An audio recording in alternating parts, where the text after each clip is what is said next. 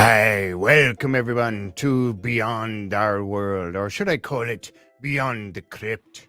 Tonight we're going to be sharing some ghostly stories, and these are going to be given to us by our guests, Alessandra Nadudvari, or should I say the Mistress of the Dark, and John Edwards with his whip in hand. And the Tomb Raider. Indeed. All right, so we're going to have a great time tonight, everyone. And we hope that you guys will call in. I do have the phone line going so that you can call in and share your stories with us. All right. So let's begin. I think John has some interesting stories to share. Yes. Not Gettysburg, do you not? Yes. Can we look at that little piece of footage from Gettysburg? Certainly. Excellent. All right, so let me get it brought up here. Who we got? Do we got some people? Oh, we do. Yes, who do we have to say hi to? And Janet. And Jan and Linda, of course. Yes, excellent. All right, let me find it. There we go. All right, ready to bring this up. This is a very interesting clip, and you'll have to look closely. Here we go. All right, so I'm going to make this full screen here. And here we go. Now, pay attention to around the cannons. Aye, we love the cannons. Yes. And this is after 20 minutes of footage. Holy crap. Down by the canyon, you see that? Oh, what is that? Wait, shit. Oh my God. Is it? No way. What is that? I have no friggin' idea. Did you get that on the camera? It's recording. Oh my gosh. Did you see that? Did you, honestly? I wouldn't believe it unless we recorded it. Aye, that was pretty interesting, was it not? It's true. It's very scary, Jeff. Let's just face it. That whole area is commiserate of lives gone and sacrificed on the battlefield. And let me just say, it's one of the creepiest places I've ever been. Now that's pretty interesting because I know there's been a lot of men died there obviously during the war. Yes. Some I know were actually shot. I mean, there was a point where there was a bunch of men that were down in a gully, like in a trench or a gully, and the enemy came right up and just like shooting, fish in a barrel. It was terrible. Yes, the place is called Devil's Den. That's the actual name of the place you're referring to. Wow. Where they would shoot into the gully and blood just ran like a small stream into the battlefield. It's absolutely off the chain. If you've ever seen it. I have a story about that place, Jeff, and please do share. To this day it creeps me out. It really does. The more I think about this. So I was celebrating my 40th birthday. It's many years ago, and we decided to do like a little spoof and go to the Civil War wake. And you go into the room. It's a typical Civil War meal. Wild chicken or wild turkey, and the vegetables just prepared just like it would have been during the Civil War. And on the far side, you see the grieving widow, and there is a coffin there with the deceased person from the war, Confederate or Union. It didn't really matter at death. What does it matter? Who you fought for. And so we're eating, and it's really hard to concentrate on what you're eating with a coffin in the room and which you're eating. So I'm sitting there and I'm like, not much of an appetite when you see a coffin and a grieving widow on the far side. And so, we leave to the basement of the Farnsworth Inn. Now, the Farnsworth Inn is one of the most spooky places in Gettysburg. They still have Civil War bullet holes in the restaurant, so you can go and actually take a booth with the Civil War bullet holes in the restaurant wall. And they're telling us stories. They're telling us stories how there are two kids that roam the Farnsworth, and they're kind of mischief makers, tricksters.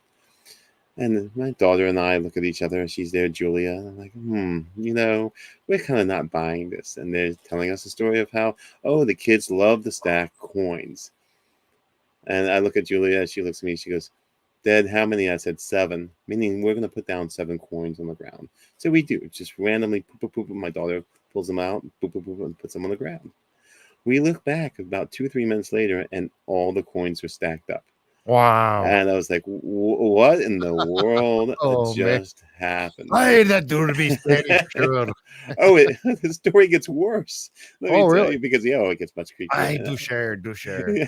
So my poor daughter's, she's a ripe old age of 12, and she's just kind of freaking out at this point. She goes, Dad, how that happened? What's going on, Dad? How did this happen? I said, I don't know. I mean, I really didn't know, So, we hop into the car, and we head up to my father's place. He's not far from there. He's in Blue Ridge Summit. And it's a very creepy area. 2 houses down from where my father lives, they actually put in a new driveway and found Civil War surgical instruments all in the driveway. Like there was a triage there. This is how creepy this place is. And then up the road in the barn in the backyard, they found about 160, 70 Civil War bullets. So we know it's not far from the Battle of Monterey. So maybe a mile and a half from the Battle of Monterey. So we get home, it's probably about 9:30, 10 at night. And Julia hops out. And then I hear this voice say, little girl's voice too, says, John, called me by name, John. John, would you like to play a game?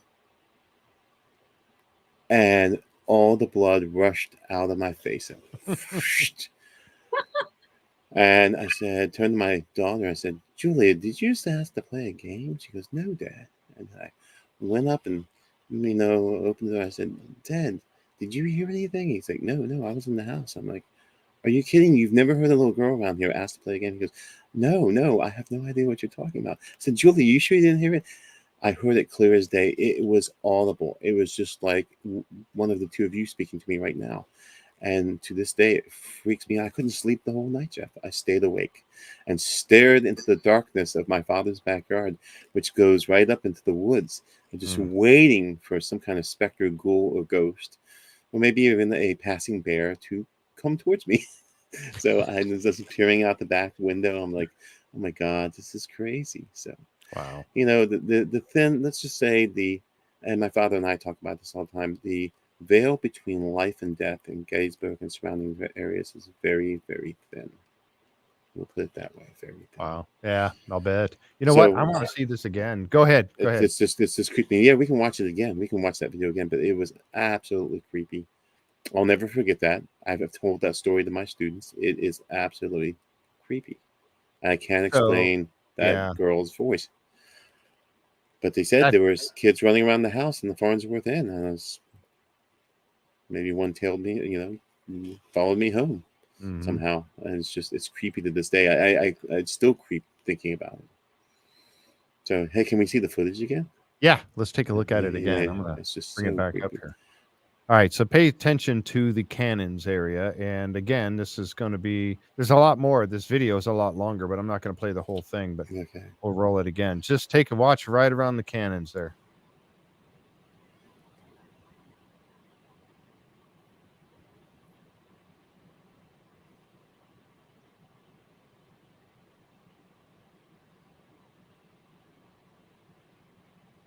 Holy crap. Down by the canyon, see that? Oh, what is that? Wait, shit. Oh my God.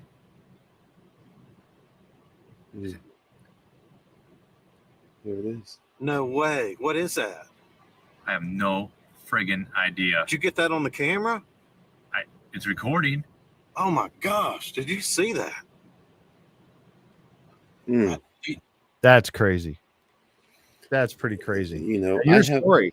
That's something else. When you have that story about those coins being stacked up like that, and hearing the voice.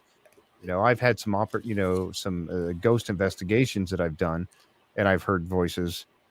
And there's also a time where I wasn't doing an investigation, and I heard a voice whisper in my ear. I'll tell that story here in just a bit. That's pretty crazy. Yeah, it's creepy. It was very creepy.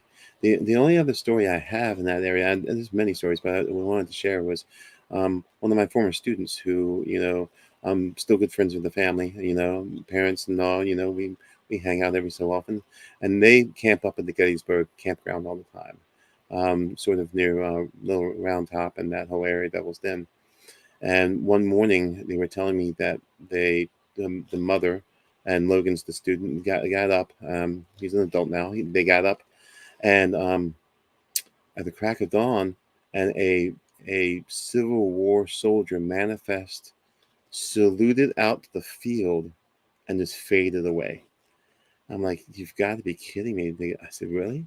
Did that happen? She goes, yeah. Oh, our family has the ability to see things like that, like others don't. And so they're telling me this story, and I'm just beside myself. I mean, it leaves me speechless. The veil between life and death up there is truly thin. Wow, that's wild. It's just crazy. It's Yes, creepy. and that's very true. That sometimes they talk about that veil that you talk about between life and death, being very thin at times, and I think that's sometimes I wondered about the fact that could it be that that we're actually hearing voices coming through from the other side, or could there be a possibility of and this goes into a whole different area here of an alternate dimension or a different reality that is Oh. mixing at one particular point and crossing over, things crossing over. But yeah, that's pretty wild. Alessandra, do you have a story that you'd like to share with us? Well, I like the Knights Templar, so I could share a couple of Templar ghost stories with you. All right. Honestly, Oops. Let's see. Go ahead. So there are two places in Europe that you can actually visit, which is what I like. That's what I would like to do one day too. One is a place called Cressing Temple in Essex, England.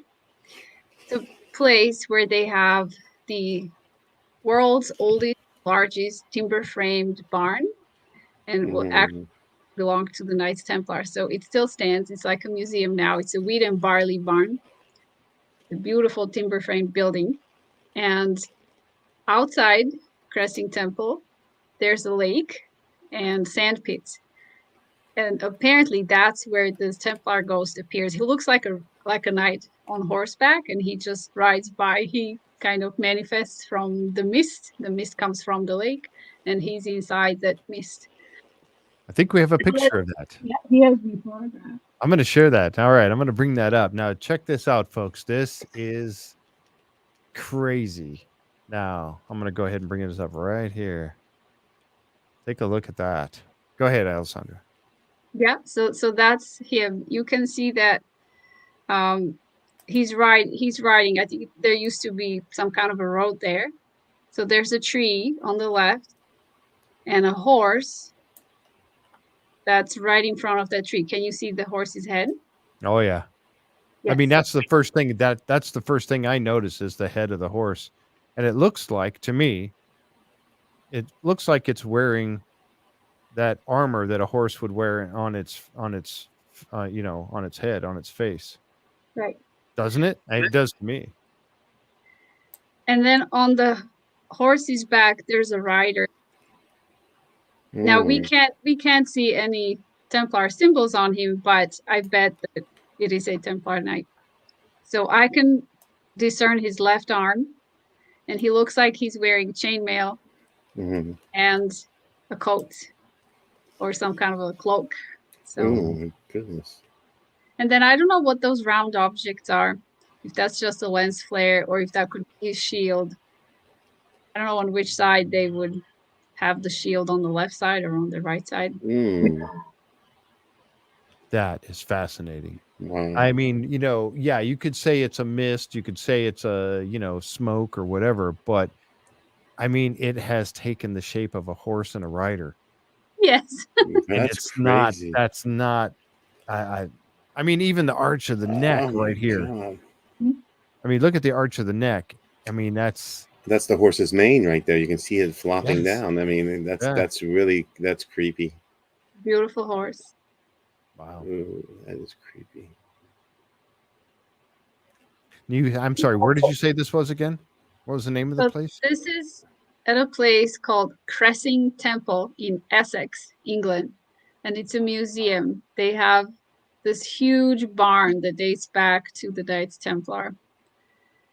It was Queen Matilda who gave that land to the Templars in the 12th century, so it was actually quite old. Wow, that's Ah, creepy.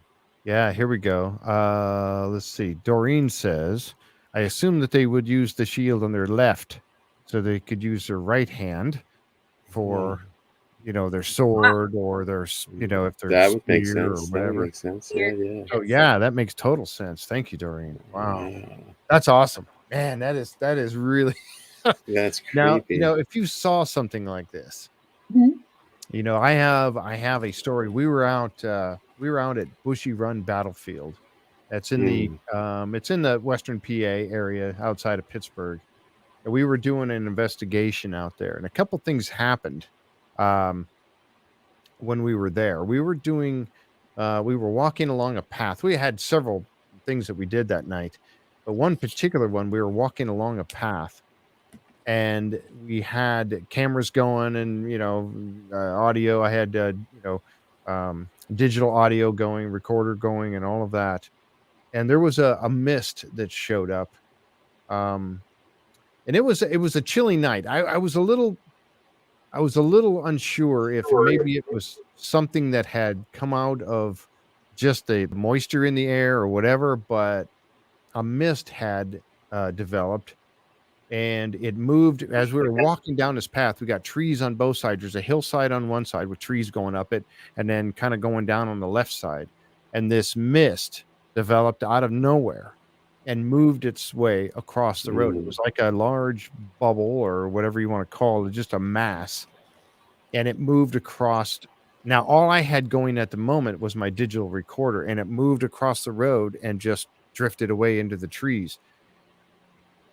I didn't capture it on video because obviously I didn't have anything going at the moment, and there was a couple of people there with me, but and I don't think they got it either. They didn't, as a matter of fact, as I remember. But eh, when you see something like that, and when you're trying to you want to see something like that, and then when you do, just like John said, there for just a moment, your heart skips a beat, and I don't know about the blood draining from my face, but it was like, God. you step back for a second and you're looking at that like, eh, was that just a mist, or was that a manifestation of some sort that moved away across Mhm. the road like that?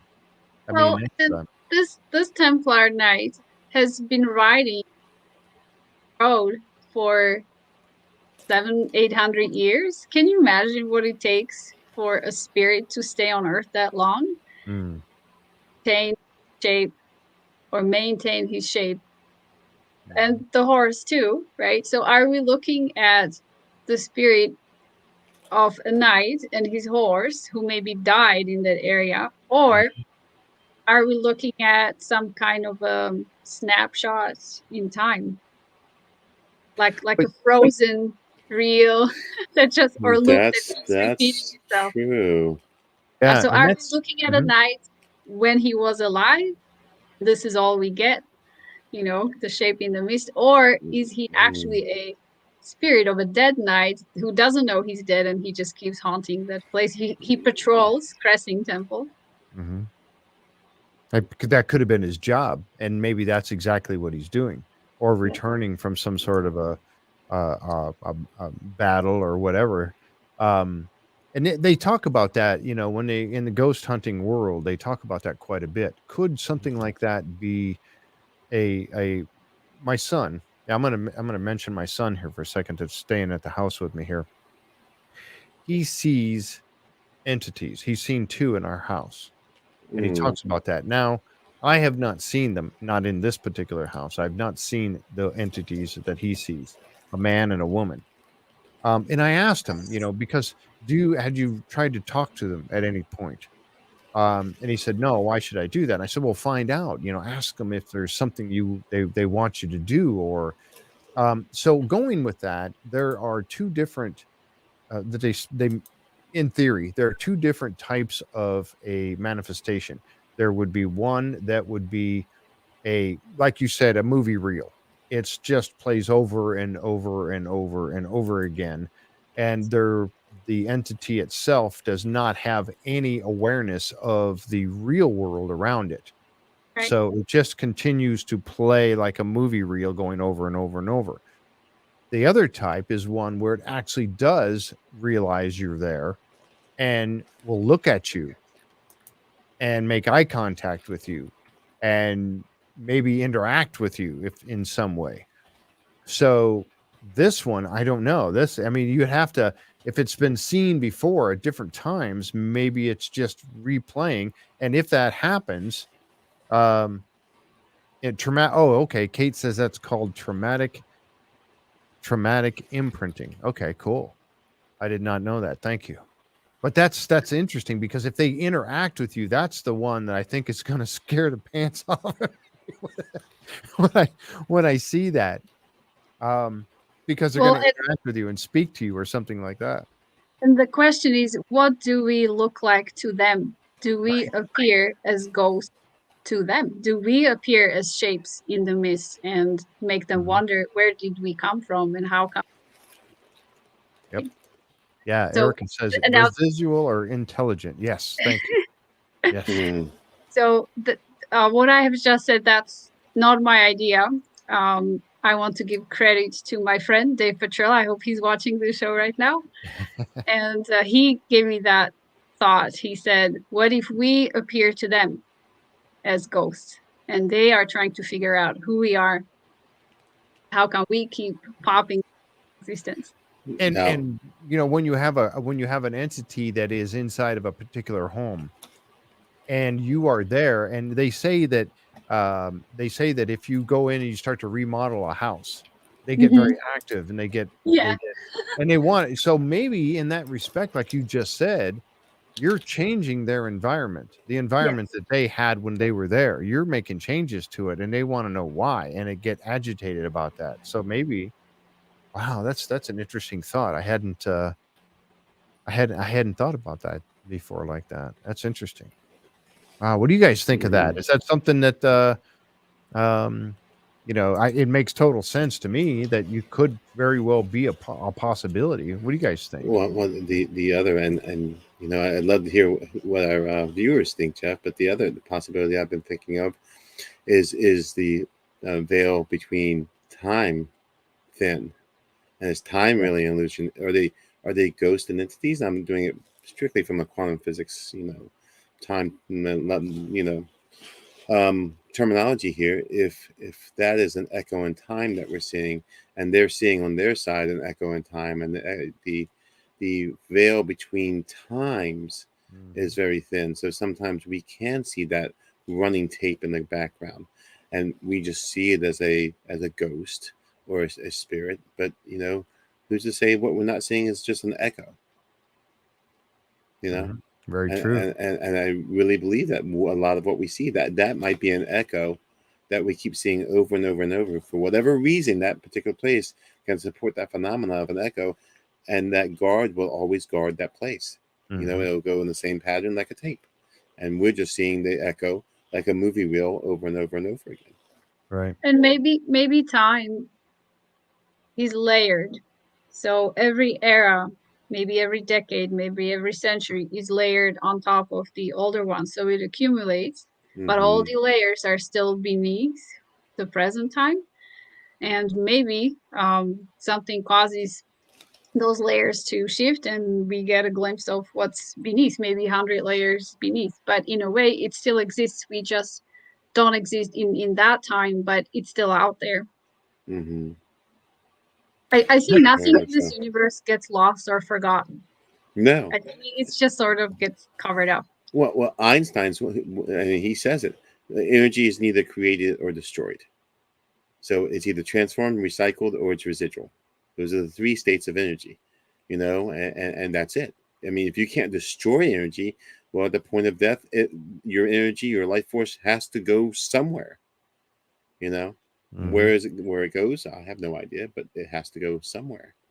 Well, You know, and those ghosts are in majority, right? All those ghosts that went somewhere, there's more of them than there's us currently living, right? correct. Yes. So I would say we're surrounded. Oh yeah. Yeah, I think they're in our world all around us for sure. Yeah. And it's a matter of being, and some people, this is something that I was talking with Maddie Blake about, is that some people are sensitive to those things. Mhm. They are more sensitive to that. And you watch TV shows, like one in particular that I kind of like to watch is I've forgotten the name of it all of a sudden. It's with the lady talks to the dead. And then there's Steve is the police. He's a former police officer that goes with her, and they do these Jeff, that would be called the Dead Files. Dead Files. Thank you. Yes. Now that's very Amy is the woman. yes, who's the media. Amy Allen. Yeah, Yeah, Amy and Allen. she, now you look at that kind of a show and you think, oh my goodness. By the way, Alessandra, I wanted to tell you that Dave Petrella did say hi. He was saying hi to you right here. He's not. He doesn't have the thing going with StreamYard, but he did say hi, and then he also said that right there. So I wanted to let you know that I can see his name popping up on the Facebook feed there. So yeah, Amy Allen. So the fact that she can actually see these people and interact with them in such a way. She's intuitive. She can do that. And you look at that kind of a show and you think, oh my gosh, this is not real. That's all a bunch of bunk. But then you watch the results. And that's the thing that Steve, I just saw an interview with the two of them together, talking, off show. They were talking about the show, obviously, and what they do. And Steve said initially, he thought, this is crazy. And he thought, well, I'll do the show because I've been invited to come and do the show. But after he got working with her for a while, he said, she's spot on. I mean, she comes up with this stuff, being able to tell what the person looks like in many cases, and describes people that she sees and interacts with that were actually, like somebody that got hung on the property. And yet then there's a story that there's somebody got hung on the property, things like that. And you look at that and you go, my goodness, how could she be that accurate if it's a hoax, if it's not real, right? No, absolutely right. It's the question is what is her gift? Is it that she actually communicates with this residual energy, or does she peer into the past? I think Dave Petrella is absolutely right. All of it's happening at the same time. For God, the divine, the universe, it all unfolds at the same time. We see it as time, but the divine nature does not. It all happens at the same time.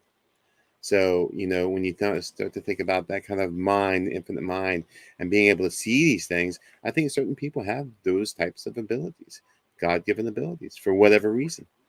Yep. It's a very, again, time is as thin as the veil between life and death.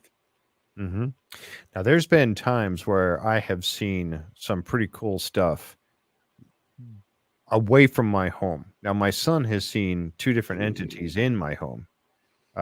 He says that he has seen one who looks like a man. He says he looks Amish because he has the beard but no mustache. And he's seen them both with a hat and without a hat, an Amish style hat. Now, this house that I live in was built in 1932. So, and it is Western Pennsylvania. So that is a possibility. I don't know. I haven't checked into its history to find out if there were any Amish ever living here, or even a Mennonites. But that's pretty interesting. And then he sees a lady and he says she's very pretty or whatever, but she never speaks. She just sits, he usually sees her sitting on a ledge. There's like a ledge and a vaulted ceiling that he says he sees her sitting there. But now I never see that in my own home. And I think the part of the reason is that I don't want to see it in my own home. I want my home to be a place where I don't see those kinds of things. So I block it. Like you were just saying, John, there's people, there's intuits that are susceptible to seeing these types. They're in the right frame of mind to see these things or experience these things. I don't want to do that at home. But when I go out on a ghost investigation, I do want to see it. And then I do see things or hear things. Pretty crazy. Wow. Who's got the next story? Who wants to? And folks, if you have a story that you'd like I'm to hoping share, someone calls in. a Yeah. phone number, I always put the phone number back up. Please I'd feel like free to call I'd in. like to mention one more Ghost Templar. That's Please. okay. Sure. So I'm from Europe, and um, there's a very beautiful city called Prague in the Czech Republic, Hmm. and the core of Prague is old town. That's how Prague started, and then it just kept growing. People kept building houses, but the core is still maintained as a historic downtown. So you can see a lot of beautiful old buildings. There's Charles's Bridge. There's the very famous astronomical clock called Orloj. And the Knights Templar used to have a commandery in Prague, in that part of town, and they called it Jerusalem. So now that building is gone, and in its stead, we have St. Anne's Church. But apparently, in that neighborhood, there's a headless Templar who patrols the place, What? and Really? people see him riding on his horse. It's a beautiful white horse. Unfortunately, the Templar lost his head, but he carries it around in his helmet under his left arm. God. And some people claim to have seen him or to have been kicked by his horse. I Wow. don't know how that works. And apparently, he also Wow. goes into the local taverns and steals beer from the patrons. So he's a little naughty. And the legend says that he can be released from his unfortunate fate if somebody has the courage to stab him through the heart. Wow. So, who's up for that? Wow. Well, Go to Prague at midnight and stab a headless Templar. No, who wants to do that? I mean, come on now. This fella made it Prague's Museum of Ghosts and Legends. They actually have a museum in Prague dedicated to ghosts and legends. Oh, And they wow. have an exhibit, a mannequin that looks like a headless Templar. I actually put that in the chat as a link. I don't know if you can pull that up. Okay. Yeah. Let me check it out here. Let's The see. Headless Headless Templar Templar. in Prague. Is it the one that says Legends of the Templar? Oh, here it is. Headless. Okay. Yeah, hold on. you have a Headless Templar to show us? Oh, we Let me have a see. headless. Oh no, Alexandra, these stories they're creepy. I won't be able to sleep tonight. All right, I'm going to bring this picture up here. All right, here we I go. gotta see the Check Headless out Templar. the headless Templar. Oh, wow. So the way that he drinks beer when he walks into a tavern is he picks up a glass of beer and then he pours it into the mouth of his severed head. Oh, this is awful. Okay. And I read this legend in a book called Legends of the Knights Templar by Alex Grishin. So if anybody wants to check out that book, can you pick it up, John? Yeah. I'm Let sitting me. here. No, that was just that churned my stomach. I had to collect myself. No. Yeah, so there are this book, Legend of the Knights Templar by Alex Grishin, is full of stories like this. Not all of them are gruesome. Some of them are even like love stories and ghost stories and all kinds of cool legends that he gathers from all over Europe. So it's a really wow. That is really creepy. Now, when I was talking about sometimes when I have seen things outside of my home, one of them that I had was when I moved. I was actually looking at a house that I was going to rent, and the landlord was showing me around the house. I may have told this story before, but so bear with me on this. But so he was showing me around the house. We went through the living room, the kitchen, and all of that stuff, and we were going down the hallway. And I took a look in the bathroom to see what kind of shape it was in and all that. And as we were going down, there was 3 bedrooms, one on the end on the left, one straight ahead, and then there was one on the right. And it was a sunny day outside, and all of that. So we're going down the hallway and we're turning to go into the bedroom that's on the right. And as we do, he's leading the way. And as we do, he goes into the room, and I glance back and I look into where the doors are open to the other bedrooms. And I glance over into what would be the master bedroom. And as I'm turning, I glance over there and I see the window is open. The curtains are, not open. But the curtains are drawn back on the bedroom window, and there is a black full body apparition standing. And I see him from the chest up, around the head, the shoulders, and everything. As I'm turning and I look over and I see that in that other room, and I'm just like, and then I just turned my head back and followed him into this other bedroom, and I went, I just saw a full body apparition standing in what's going to become my bedroom.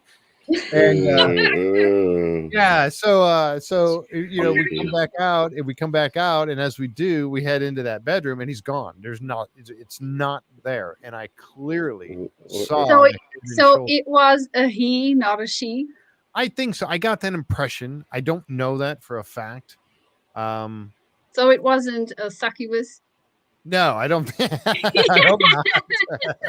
There were some weird things that went on at that house, I tell you. But I never. And again, it was one of those things that I kind of blocked out because I don't want to. I never do a ghost investigation in my own home.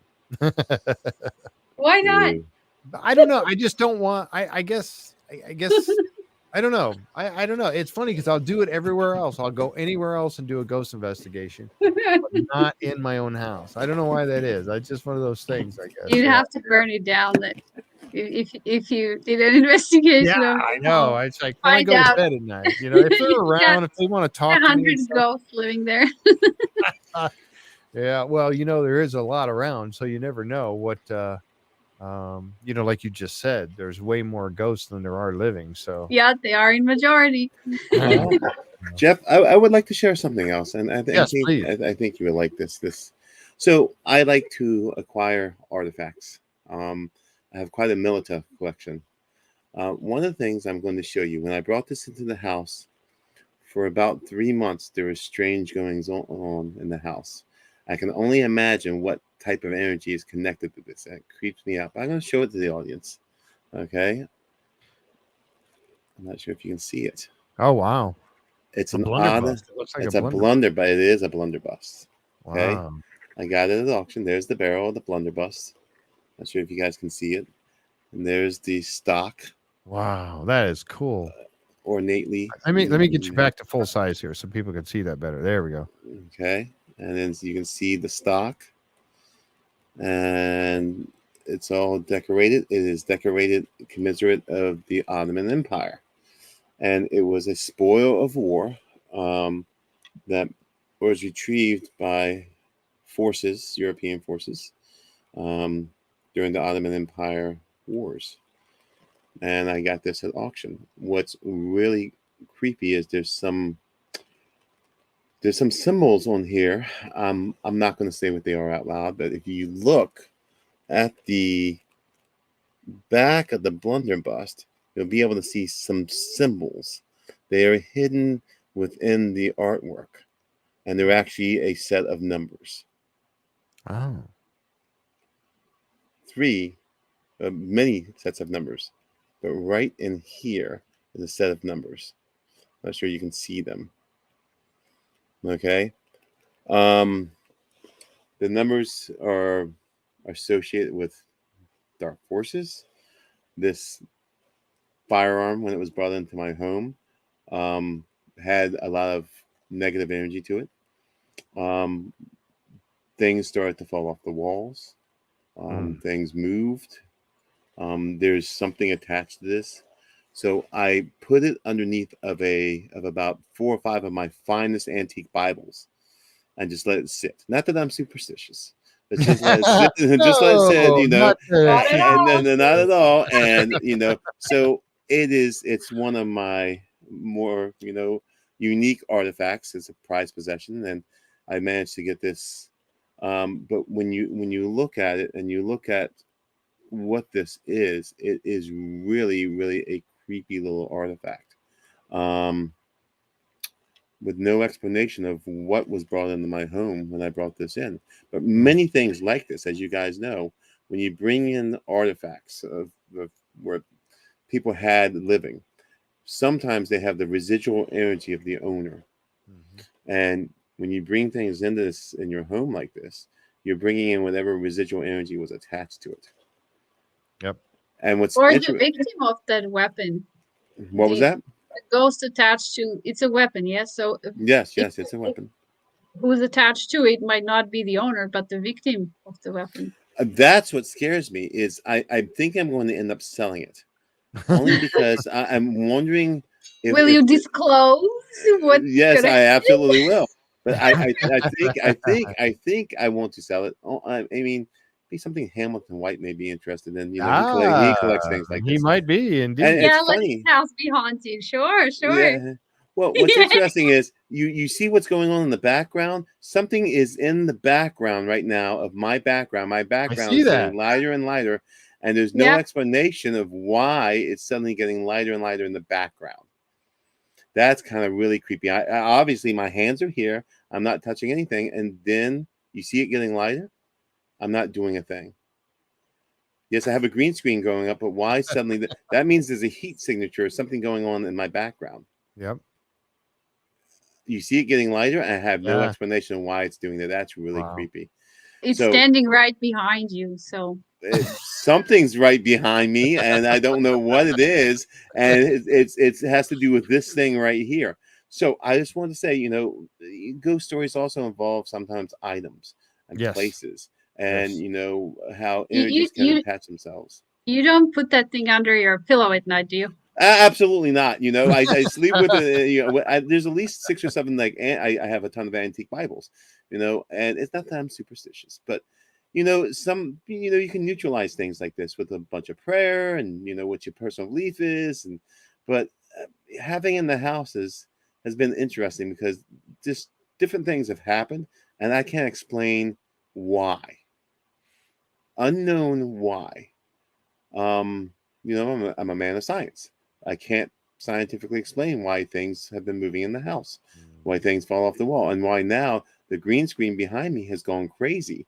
That basically means there's a light or heat anomaly that's happening to do something in the background. I've done nothing. You see it's changing. And my hands are on this blunderbuss right here.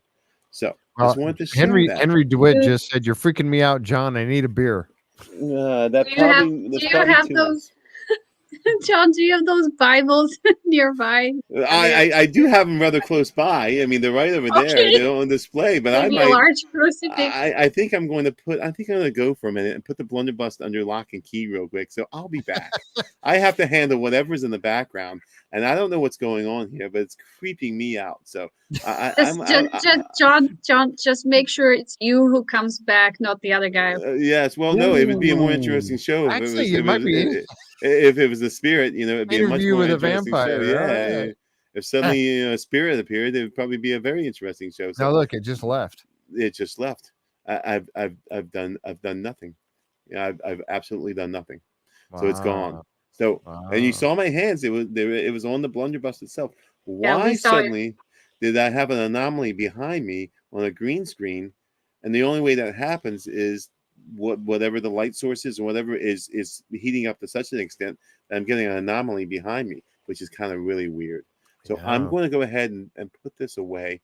I shall be back in just a minute. I'm a little creeped out. I do have holy water in the house, so let me take care of some things. Give me about a minute or so. I'll be back. All right. Weird. Keeps holy water in his house. Now that right there is. I'm gonna Linda's prepared. yeah, exactly. Now I don't have holy water in my house, but anyway, Linda, I was gonna say something. Linda Simmons said, number one, I had a visitor today at work. I work in an old courthouse museum. That would be awesome. First of all, right there. I was first to arrive this morning, so I unlocked the door and walked down the hall to hang up my coat in the back room. And then the second part of it is, and while there, I heard somebody walk along the hallway. I had just walked down, or the hallway she had just walked down. Then I heard the door chime. I just assumed that another worker had come in, and but seconds later, but there was no one there. Really interesting. There was somebody there, obviously, just not right. So obviously there was material. Right. So I wanted to ask you guys, folks in the chat, and you, Alessandra and John, have you noticed any? I think he's adjusting it now. He's trying to. But have you noticed Yes. anything at your place of work? And again, I don't know where you work or anything like that, but let me ask the chat and also you two. Have you ever noticed anything at your place of work? No. And you work in a school, right? Because you're a teacher. Yes. And now surrounding area, no. I do know that if you ever seen The Keepers is, I believe, a Netflix special, and that happened right around here, about the murders in the 60s, and it was murders of nuns, and it's a really creepy series, and that's not even more than 10 to 15 miles away. We also have Edgar Allan Poe's graveyard not far away. We have all sorts of places around here that are very creepy because so close to DC. And Philadelphia to DC, there's all sorts of haunts around here, which it's kind of creepy. Herondale's not far from where I live, and Herondale is where a man by the name of Bean, he's a priest now, had supposedly demons in his house, and he writes about it. I'll try to see if I can come up with a book, but he writes about it, and he had a harrowing experience that terrified him and his family in the 70s, and that's not even more than maybe 5-10 miles away, Jeff. So oh, what was that? Okay, hold on. There's something I going heard on that here. too. I heard something. I touched nothing, and something you live just moved alone, in my right? house. No, I haven't. I've touched nothing, and something just moved in the house. So I'm really starting to get creeped out here. Okay, I will be back. Something's happening. I don't know. I'll be back. All right. I have to see what this is. John That's takes care of really that. creepy. What just happened? Yeah. Okay, I'll be back. Okay. Kate said, I woke up to a Holy man sitting on my bed, handsome and a little out of time, I would say in the 70s. I also live on native lands, and when I first moved in, I had to invite them accepting my offer, accept my offer. So what would that be like to wake up and have somebody sitting on the edge of your bed? Again, this is why I don't investigate at my home. Oh, goodness. Now, I mentioned the thing about work. And the reason I brought that up is because there have been many occasions where I have seen things at my place of business where I work. And most of the time, I saw it mostly when I had a cubicle. And where I was sitting, there was a little mirror that I had that I would stick up because I was in the corner facing the corner. And I never liked that. I always like to face the door or be able to see out into the room and have my back to the wall or my back to the corner. But this particular place was set up, I was facing the corner. And so I had a little mirror, it had a magnet on the back of it, and it's stuck on the side of my cubicle on the rack or on the shelf right there. And in that mirror, quite often, when there was no one else in the room, there was only one other person. And when he was not there, I would see movement in that mirror. Out of the corner of my eye, I'm there working away, typing at my desk and doing stuff. And I would see movement in that mirror. And I would see it and I'd look up and there was nothing there. And then I went and looked around in the room, not a soul in the room. There's 2 doors, long room. I could clearly see if there was anyone else in there. No one else was in the room. It happened many times that I saw that movement in that mirror of somebody behind me, and then no one's in that room. The doors didn't open or close or nothing like that. There was just me. So yeah, that, and then doors opening by themselves. Where I am in my office now, I have an adjoining office that you go through my office. There's 2 ways to get into that other office, but you go through my office to get into this other office. And the door has opened before of when there's nobody there.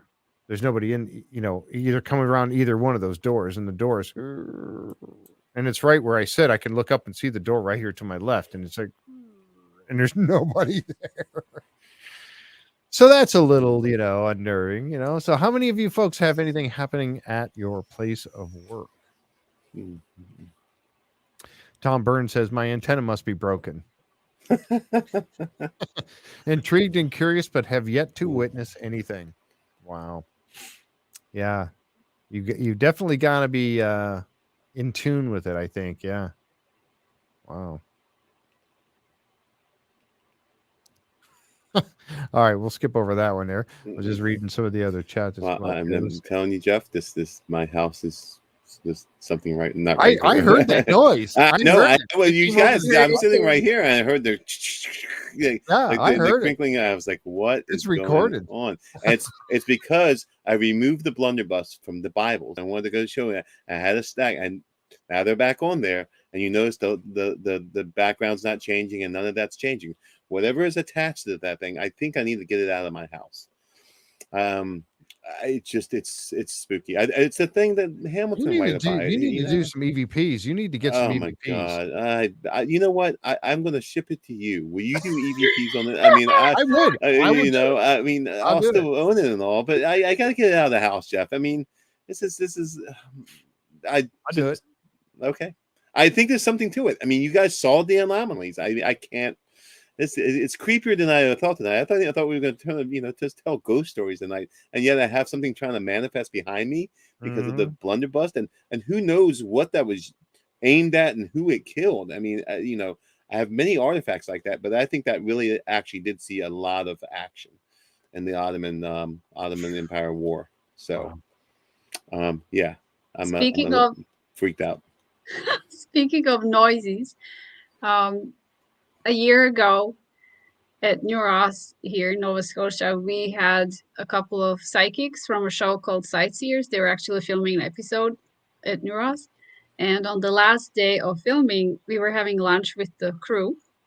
We were sitting inside the house, and there's a back door that's not currently being used because the house is under renovations, and that door is missing steps. So the threshold is quite high. So want to use the door, you have to step up quite a bit. So nobody uses that door. And that's where I heard somebody knock on the door from the outside. So I thought, okay, it's a crew member. For some reason, he decided to use that door and can't get in. So I got up, walked to the door, opened it, and there was nobody there. I closed it, and I told the crew, did you hear that? There was this knocking. So some of them heard it, some of them didn't. I didn't pay attention to it, but the knocking followed us home. I told we don't. What was that? It's the phone. Somebody just called in. I'm going to ask you on the phone. Hang on just a minute. If you would, turn your volume down on what you're watching the show on, if you would, please. Yeah. And go ahead. I am doing that. Okay, and hang on. Don't hang up, and then let Alessandra finish her story. Go ahead. Okay. So the knocking followed us home. We don't live at the New Ross house. We live about.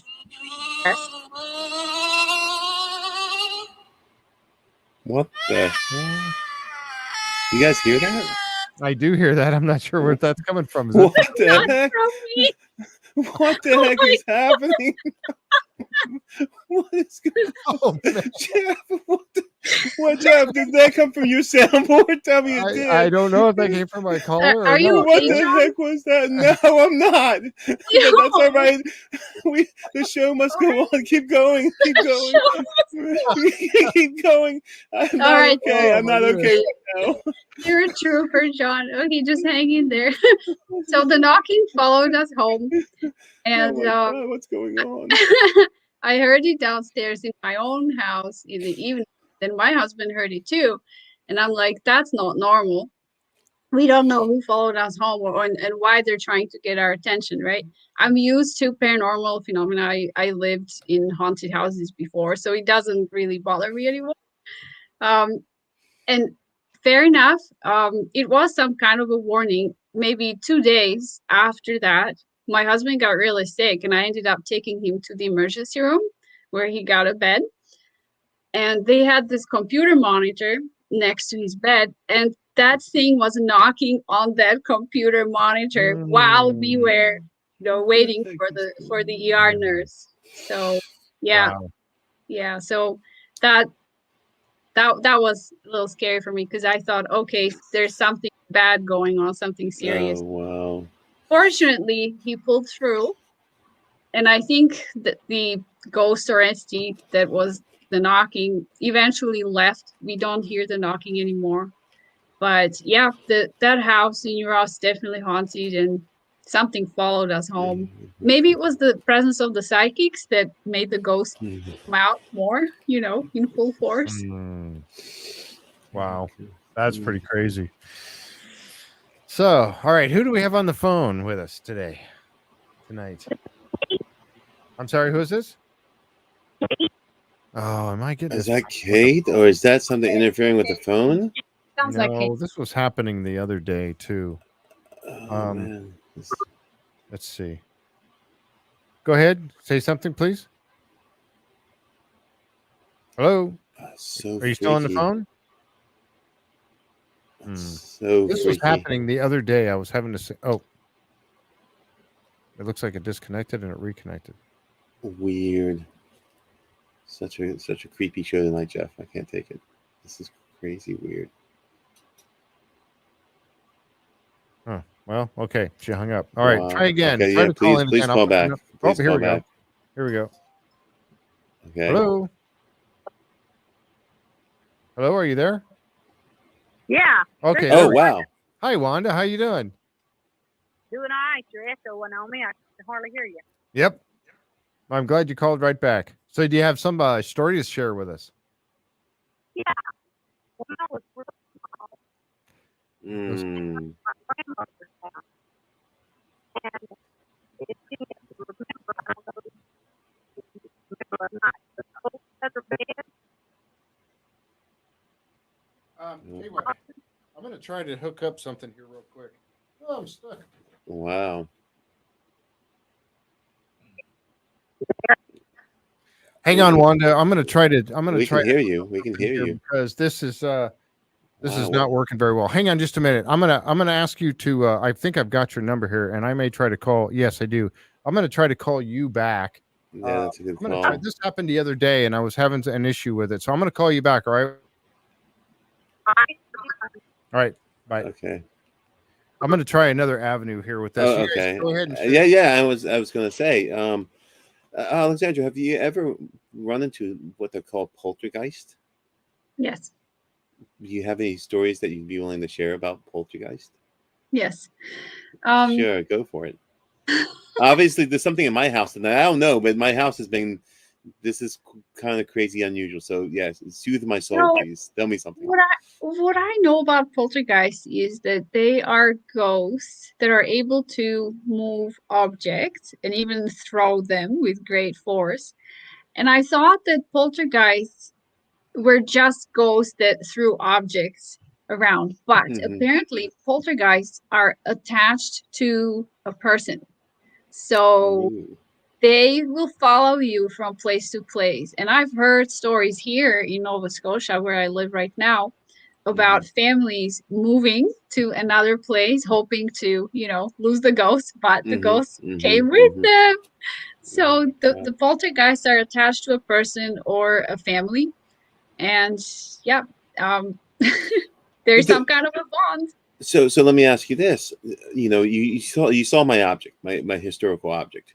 Do you think that, and I'll say it like this, I'm going to go about it scientifically. Can energies, even life force energies, bond or be associated with objects as well? I think so. Yes. Yes. And how do you understand that phenomena?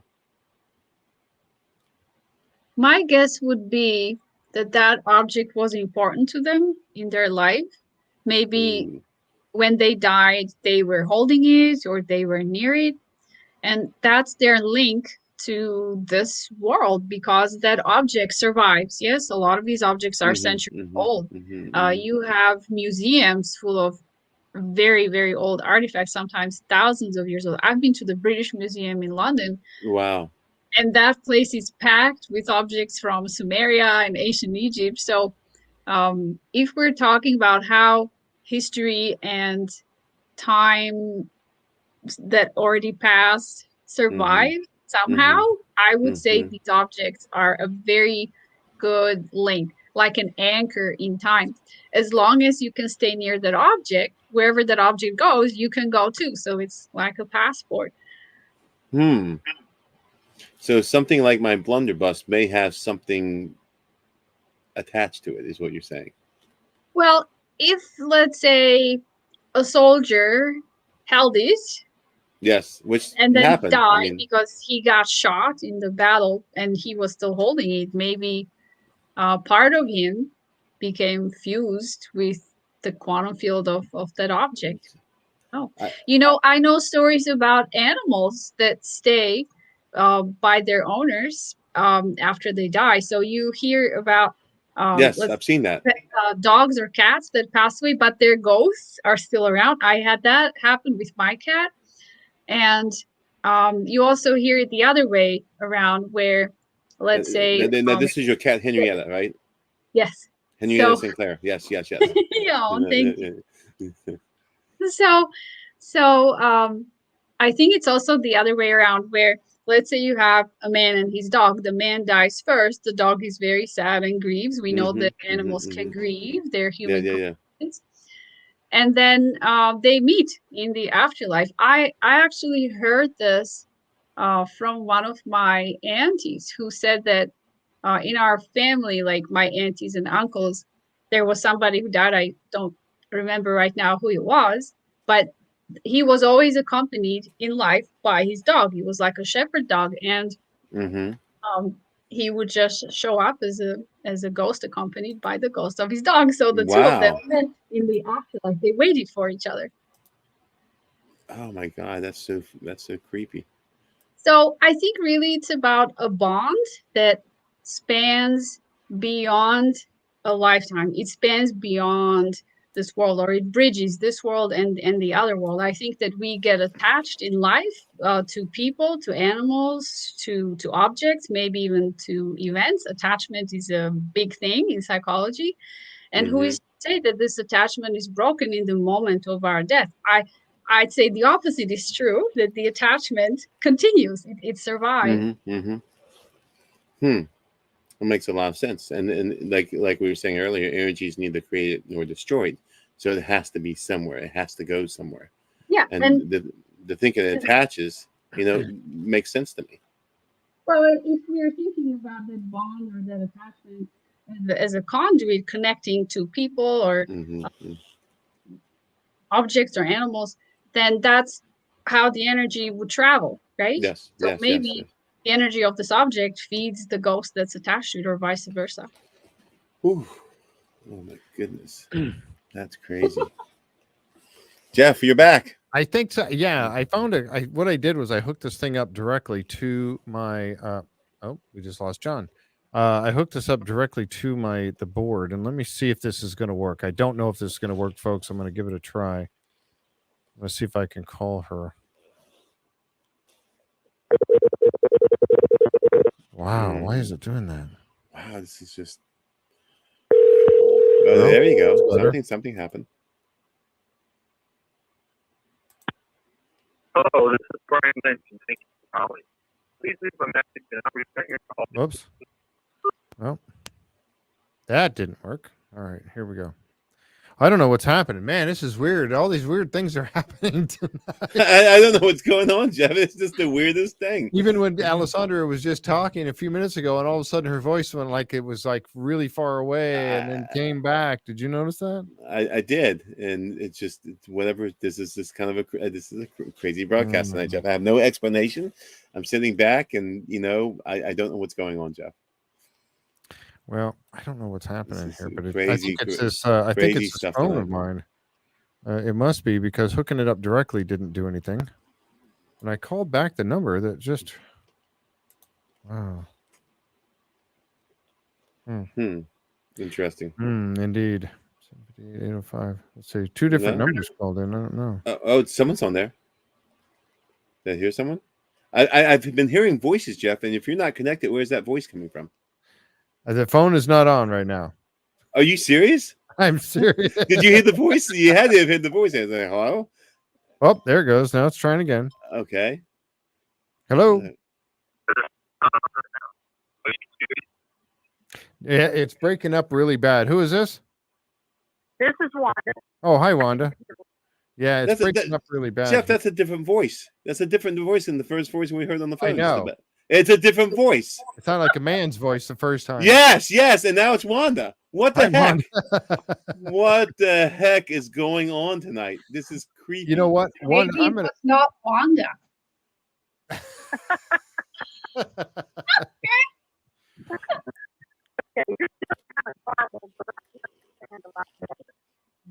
Yeah, it's really breaking up, and I really don't know why it's doing that. It's got to be this phone. Oh my God. This is It's got to crazy. be this phone. What I was gonna, well, I don't have. Let's see. I'm gonna try, Wanda. I'm gonna try to call you on a different phone. Is that all right? Okay. I'm That's sorry. Let me fine. try that, and But we'll try to call you when back. you first called that number, Jeff, it was a gentleman on the phone, and I then know. you kept doing it. It says, "Hi, this is Wanda." I'm like, "What?" Yeah, that was really That's pretty That's weird. really freaky. Oh my God, this is a show for the ages, Jeff. A show for the ages. I don't know what's going on here, but everything is just Uh, creeping me out tonight. I will yeah. not be able to sleep. I'm gonna have to stay up. I'll stay up until the sun comes up, and then I'll try to catch some sleep. Oh My yeah. God. Uh, So Brenda Dixon said, "EVP phone, you are conjuring them." Oh, geez, Jeff, an EVP phone. Jeff, yeah, that's exactly what it is, Jeff. She's right. You have an EVP phone. Oh my This is like goodness. extra creepy tonight.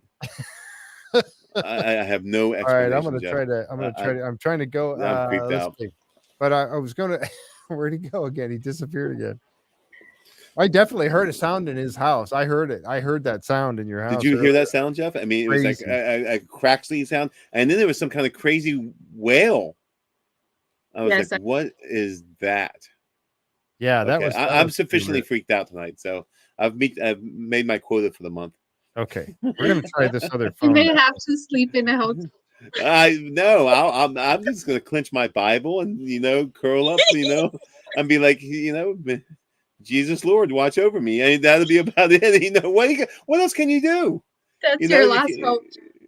yeah, exactly, and it'd be take my French Bible from the 1600s, and just put it someplace, open the John 3:16, and just sleep like a baby. I don't know. It's just it's crazy. All This right, has we're been gonna a try kind to of call night. her back right now on this Oh other my phone. God, this is Maybe just this phone. Now, if crazy. this phone does it, I don't know. I'm opening every Bible I own tonight, every one of them. Hello? Hi, Wanda. Hey, Wanda, Hello? Wanda, are you there? Hello. Hello, I'm here. All right, all right. I think we got a good connection now.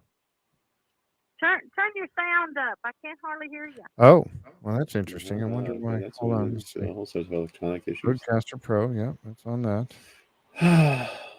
Let's see. Can you hear me now? Not really. Wow. Wow, What is going on? I don't know why this is all this going is on this tonight. is just Man, this is really crazy. weird. All right. Well, go ahead and give us your story, Wanda. All right. My grandmother's house was built in 1832. And of course, we live here in the deep south in Mississippi. And when I was real small, my sister and I and my parents had went up there for Christmas. And of course, I don't know if you remember the feather beds. Mm-hmm. Yep. And once you get in them, you sink, and you sink, and then they put like 3 tons of blankets over the top of you. Well, we were sleeping, and in that room, it had no heat, and it was a big room. It used to be a log cabin, and then they had built it and made a what they call a dog trot house out of it. And then later on, my grandfather enclosed it all and made a house. Well, I was laying there, and all of a sudden, I woke up. Everybody else was asleep. I woke up, and I saw this. I don't know if he was a colonel, a general, or what, but he was a Confederate soldier. He had a what they call a plume, the feather in his hair, in his head, Mm-hmm. in the hat. Is what I'm trying to say. Right. And he was just standing at the foot of the bed looking at me. And of course, back then and still even today, I'm not really scared. I mean, I go to shaking after the fact, but I was woke up Wow. and saw him standing there.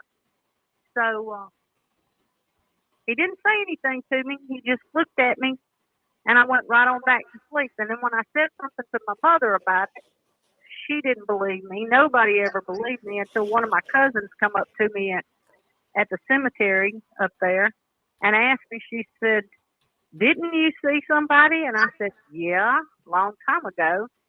And she said, "Well, we've seen it too." And this was my cousin, so they were at that house also. Mm-hmm. And she said, "But I don't know what happened to him." I said, "I don't either. He never spoke to me. He never said a word. He just stood there and looked at me and my sister. And of course, my sister was asleep, so she didn't see him. But I just went right on back to sleep. And to this day, even back then, I mean, I was a small child, but it was real. I mean, Wow. he was there. I saw him, and I never felt scared around him.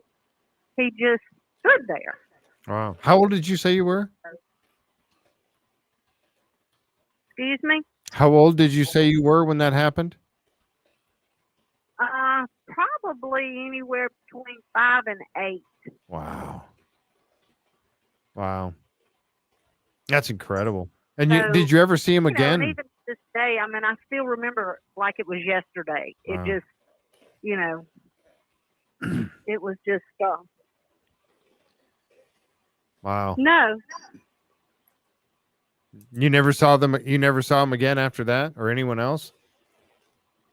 I never saw him again. That was the one and only time. Wow.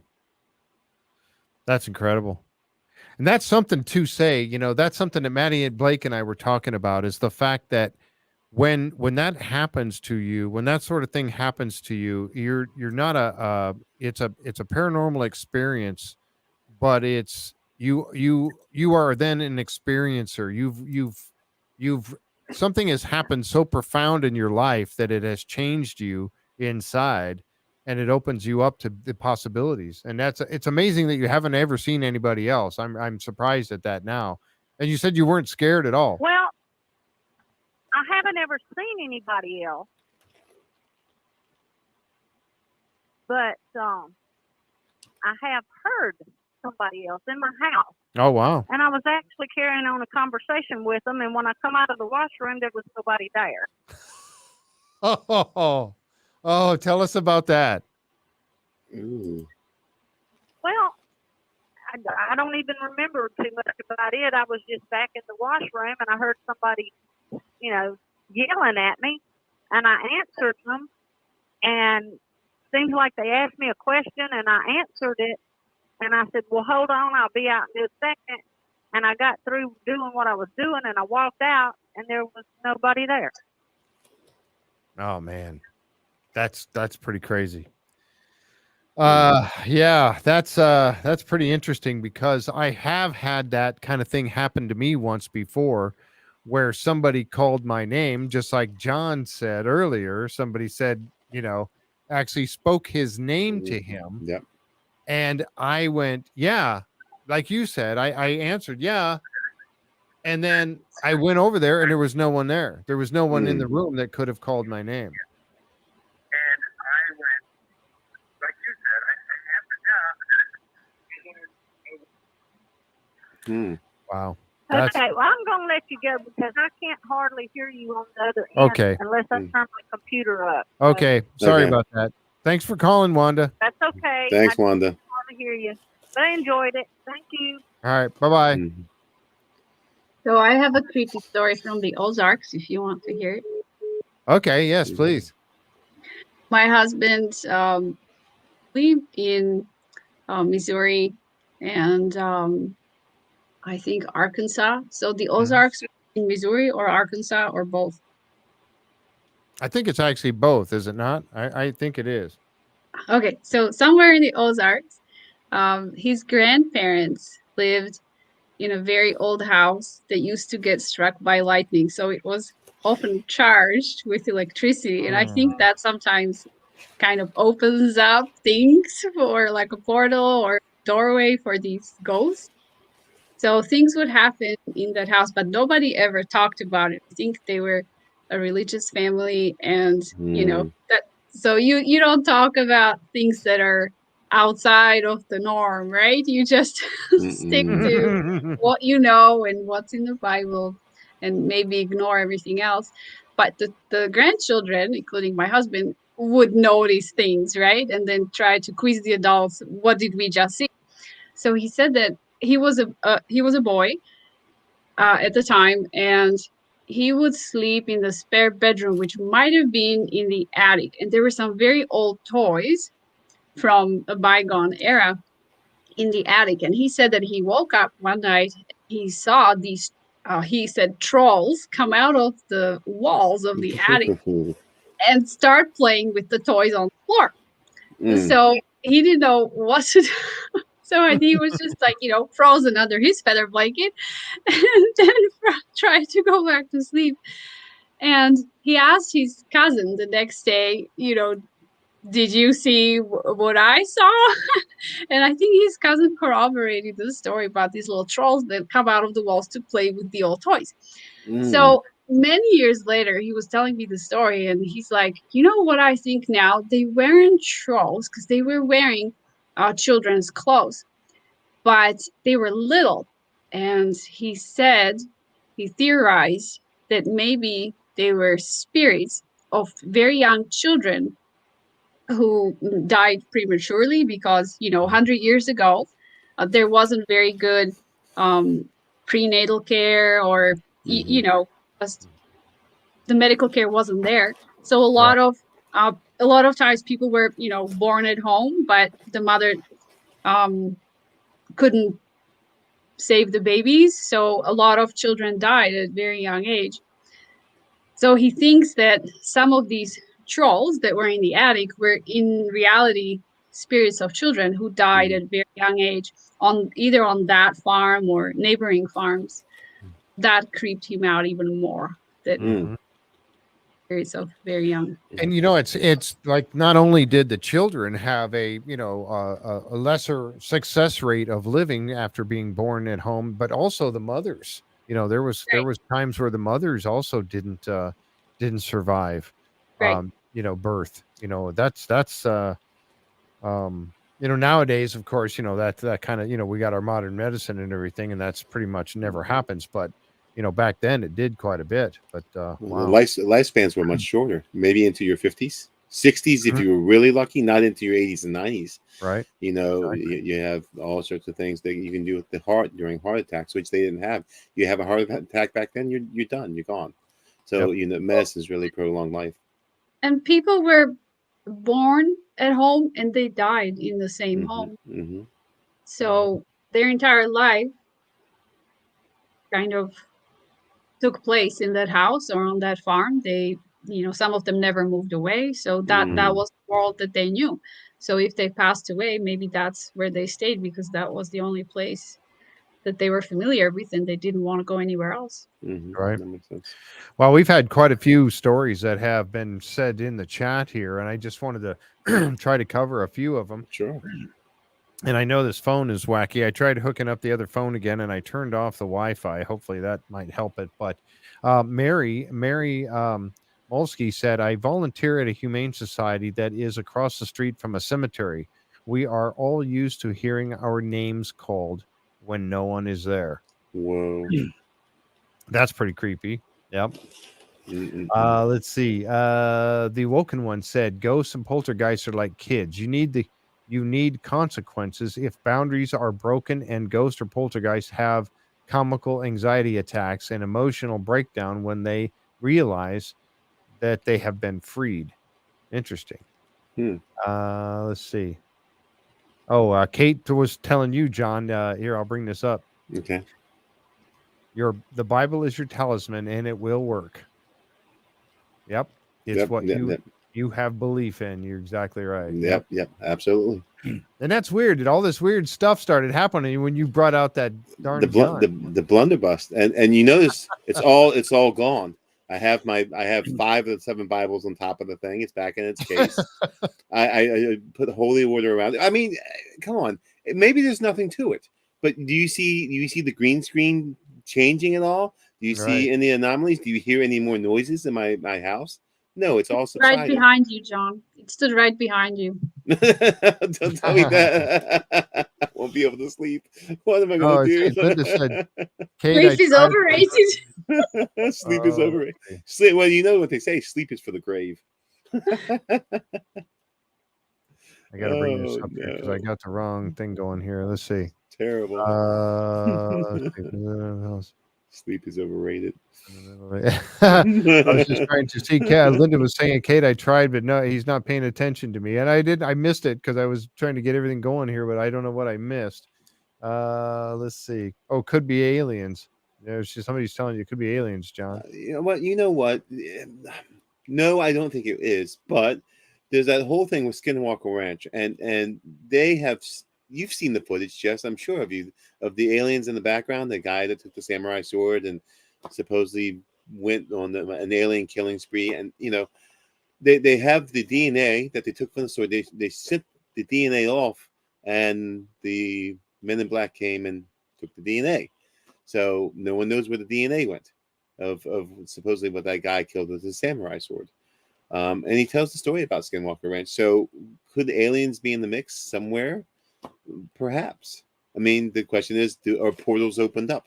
Do things walk through portals? Do things walk through dimensional doors? Do you believe it? Alexandra, let me ask you, do you believe in dimensional doors and portals? Yes. Well, Halloween, which is a holiday based on a very ancient holiday of Celts, Oh, is the time of the year when Celts believed that the division or the veil between our world of the living, world of people, and the other side parted, became thinner, and ghosts and demons could pass from the other side into our world and try to bother us. So Celts would wear masks or they would paint their faces so that they would be unrecognizable to the demons. And that tradition stayed with us for, well, several thousand years. I'm pretty sure Celts were around 2,000 years ago. They were around during the Roman Empire. So yeah, so that's how old that holiday is. It's interesting that Halloween is so popular in North America. We don't really celebrate it in Europe, even though Celts lived in Europe. They even lived in my homeland, Slovakia, by the River Danube. So it's curious that we don't have Halloween in Slovakia, but we do celebrate All Saints' Day. Yes. November 1st. Yeah, the day after. That's when my parents will go to a cemetery and then light a candle for their dead relatives. Yes. And if there is a grave that has no wreath on it, no candle, people feel compelled to put one there, even though they're not related to the person who's buried there. So there is a time of the year when we take care of the spirits and we let them know that, we want to make sure they are all right, that they're not. It was interesting how the church set that up. They put All Saints Day right after All Hallows Eve, done purposely. To commemorate saints that have passed. It's kind of the holier version of Halloween, All Saints Day, and the communion of saints, which is all this the saints, the energy of the saints and the communion of the saints all together in the same place, whether that be heaven or wherever that is. So it's just kind of interesting. It also makes sense when you consider astronomy. During this time of year, our world does go dark because at least northern hemisphere is tilted farther away from the sun. So we enter this dark part of the year, and then we emerge from it at Christmas, right? December 24th, winter solstice. So, so autumn equinox is when things start getting dark. Yes. That's where you have holidays like Halloween and All Saints' Day. And then we emerge out of that at Christmas, and then we celebrate the rebirth of the sun. The sun comes back and gives us more light, more warmth. The days start getting longer. So that's celebrated too. Yeah. So there's no coincidence between, December 25th and that being the festival of Sol Invictus, which would have been the mithril god of the resurrected sun, which is under Constantine. And all he did was take Christian layovers and put it on an existing pagan holiday. Easy to convert the masses. You have a resurrected god. It isn't Sol Invictus at that point. It's Christ. So very, very easy transference for the troops, the military that did actually, worship the sun god Sol Invictus. So that makes perfect sense. And it's perfect sense to lay over Christmas, December 25th, over the festival for Sol Invictus. It's the exact same time. Mhm. Well, so underneath all of that, all those holidays Yeah. in any country, in any millennium, is, I think, astronomy. It's a story of Earth and sun and moon and the stars Absolutely. and the cycle that we go through. Absolutely. And that's also Go found through in alchemy. Alchemy we does a lot of astronomy. So yeah, that makes yes. perfect sense to me. So we go through a phase of light and then we go through a phase of darkness. Darkness. Yeah. I'm going to try to give Kate a Sure. call here. Oh, See if okay. I can bring her Fantastic. on. Let's see if this works here. While Jeff's doing that, I totally agree with you. And the closer we get to that December 21st, and it gets darker and darker, the thinner and thinner that veil between life and death becomes.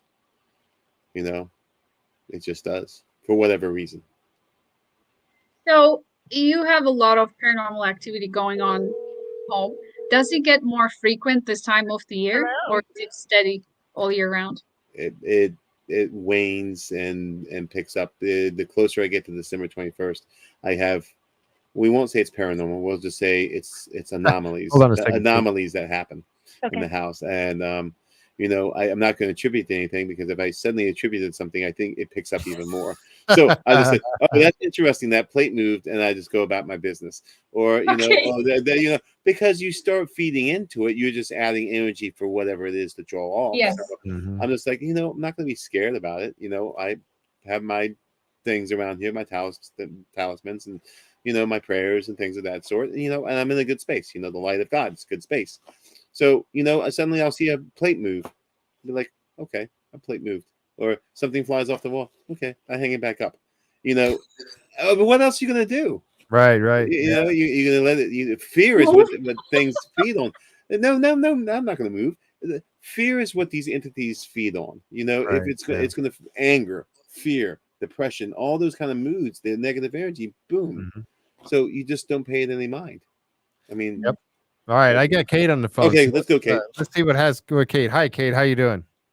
Hi, how's everyone? It's been like crazy tonight, isn't it? It is. I can't believe creeped all these out. technical issues I'm having. I don't know what's I'm happening. I'm creeping out, Kate. I'm creeping out right now. There's just a lot No, going on. don't freak out, John. Don't freak out. I am a Celtic pagan. I have those beliefs, and this is Shawan, and it's spelled Samhain. If you see the word Samhain floating around, it's actually Shawan in Gaelic, and it's a good time of year. It gives us the ability to seek our ancestors from beyond the veil and say our goodbyes and release all of that energy that we had from when they passed from the year before. So it's a good time.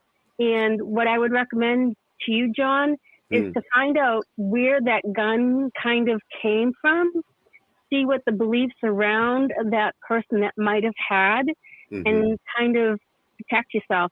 Have your holy water, have your Bibles around you, and try to connect with the entity that is coming through. And it might not be a malice entity, it might be it's one. Say, hey, listen, go away. Chances are they will go away. So just keep that with you, because I believe strongly in talismans, because whatever faith we have, that transforms any relationship we have with the entities all around. And, sometimes, I do believe that we could have aliens as those who are gone through the veil, because I think the veil is just another word of saying you're going through a portal to another place, another world. And sometimes the entities coming through might not have the same human values or human interests. They might see us as something else or answer us to them. So we have to protect ourselves from that, but it's not necessarily evil. It's just totally different. That's my belief. And they, some of these entities that come through the veil might have, malice, or might be mischief makers. So that's why the ancient Celts really kind of put their masks on, did things, went out into the wild to blend in with the entities that are coming through the veil. So that's always kind of interests me. And I just wanted to mention about that guy that was on my bed. That freaked me out. Oh, wow. I bet. Wow. Because I live in the attic, so no one could come up the stairs. And I go, Mom, there was no person that came up the stairs. And I go to my niece and nephew, no one came up the stairs during the night. I said, no, Auntie, no one did. And so it kind of freaked me out. He did it a couple of times and he's left. So he hasn't been back. I hope he's not back tonight, because tonight and tomorrow night are the thinnest times between the worlds. So that's kind of interesting. So, yeah. Wow. Yeah, I think it is. Somebody mentioned that too. And I always thought that Halloween was just somebody just went out and picked that, day and said, oh, let's do it on this particular day. I didn't realize that there was a significance to this time of the year. I mean, yeah, for the Celtic pagans, this is the high holiday. Wow. Mm-hmm. So, this is especially in Ireland, this is where the Dagda and the Morgan came together on a bed of a river, and they copulated, and she pledged her powers to the tribe that was in control of the area. So they would go into battle. She'd support them. She was the goddess of the sovereign. And so she went and she protected the soldiers that fought in that war. So it was very interesting. And it's celebrated for 7 days. So you would have 7 days to kind of interact with the dead. And it would be a celebration. So there would be a lot of food on the plate. There would be a lot of dancing, a lot of celebrations, and a lot of festive making. So it would be a time of year where, we're going into that dark season. And so this is our last real feast, because the Celts did not really do anything for winter solstice. The next big time would be Imbolc, which is on February 2nd. Interesting. So they looked at it as a celebration rather than looking at it as some sort of a, scary thing. I mean, we look at Halloween today and the whole thing of trick or treating or whatever, and you put your ghosts and goblins out on your front stoop so that it would scare away any evil, right? Is that the whole idea behind? I mean, yeah, but because they looked you at would it completely say, different. yeah, don't come here, evil makers or mischief makers or, stuff like that. And, yeah, sure, the Celts had the Banshee, which is a really scary sisters and all of that. But it wasn't a time of year to be scared. It was a time to celebrate our ancestors, to celebrate those that have come before. And then, you would have dinner at night. You would leave a plate of food for the ancestor that left you last during the year before. So, in a lot of Celtic paganism, a person would journey the earth until Samhain, and they would then be released to go to wherever they needed to go next on the path. Right. So where did this, and I'm sure I've heard the story before. I was just trying to remember. I got that, John. So, where did this thing come up with where, we had to put out, the things in our front yard to scare away the evil spirits, or give them, give candy or whatever, because it appeased them or something. Where did that all come from? Where did that start from? That came from the Celtic pagans as well. Okay. So a part of the beauty of Samhain is that we get to see our ancestors. But the bad thing about Samhain, there would be these entities that may or may not be friendly to humankind would come through. And also the great hunts or the wild hunts would come through, and, werewolves would come through, and all of those things would come through. And that's why they would wear these costumes. And I don't I think the jack-o'-lantern, I was just reading a book on ancient Halloween practices. The carving of the jack-o'-lantern didn't come into play until much later. And a lot of the celebrations we do have now with the trick-or-treat actually came from America and some from Britain as well. Wow. Yeah, probably from the candy makers going, hey, this is a great time to get them. Yeah. But I just had, there's also, Janet just put up a message and said they don't carve pumpkins. Nope. They carve turnips and put a candle inside and carry it on a stick to scare away evil spirits. That's interesting. Yeah, the turnips are definitely in Scotland and parts of Ireland, and either they carve them or they don't carve them because they don't really have pumpkins like we do in the States. In fact, our pumpkins look very different from what pumpkins originally started off from. So it's really kind of interesting, and it's always been a fun time for me, and it's just about that end cycle. We're in the end cycle right now. And then we'll come out of it in February, and, you know, when the lights start to come up in the whole cycle of life. Wow, that makes sense. I like that. That's really neat.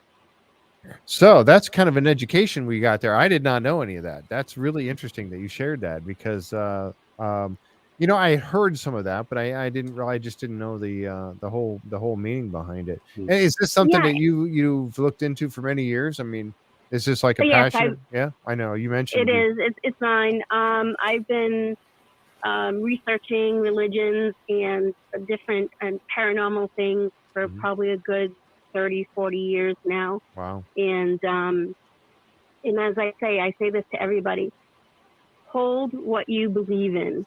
Whether it's, you know, you have faith in Catholicism or mainstream Christianity or Islam or Judaism, you take the talismans that you believe in. You can be actually, you can be an atheist and have a talisman that will protect you from, you know, what you perceive as evil as well. So I always tell that. I go, what do you have that you love the most? What do you believe? What do you have? A physical representation of something that you have faith in, and that will always protect you. Right. So can I share a theory? Go ahead. Yeah. So we agree that Halloween has Celtic origins as a holiday. A lot of these spooky stories, even in North America, talk about headless horsemen, right? Like the legend of the Sleepy Hollow. There's a headless horseman. So I was thinking, what's the deal with these headless riders? And it occurred to me that Celts believed that the human head is the seat of the soul. So they would decapitate their enemies in battle to make sure that those enemies don't rise back, because they also believed in reincarnation. So to make the process of reincarnation a little longer and more complex, they would sever the head to make sure that it's gone. The soul is definitely gone from the body, and or it will not rise again. So that's where these legends, headless horsemen that we see in Europe and North America come from, that ultimately they're Celtic in origin as well.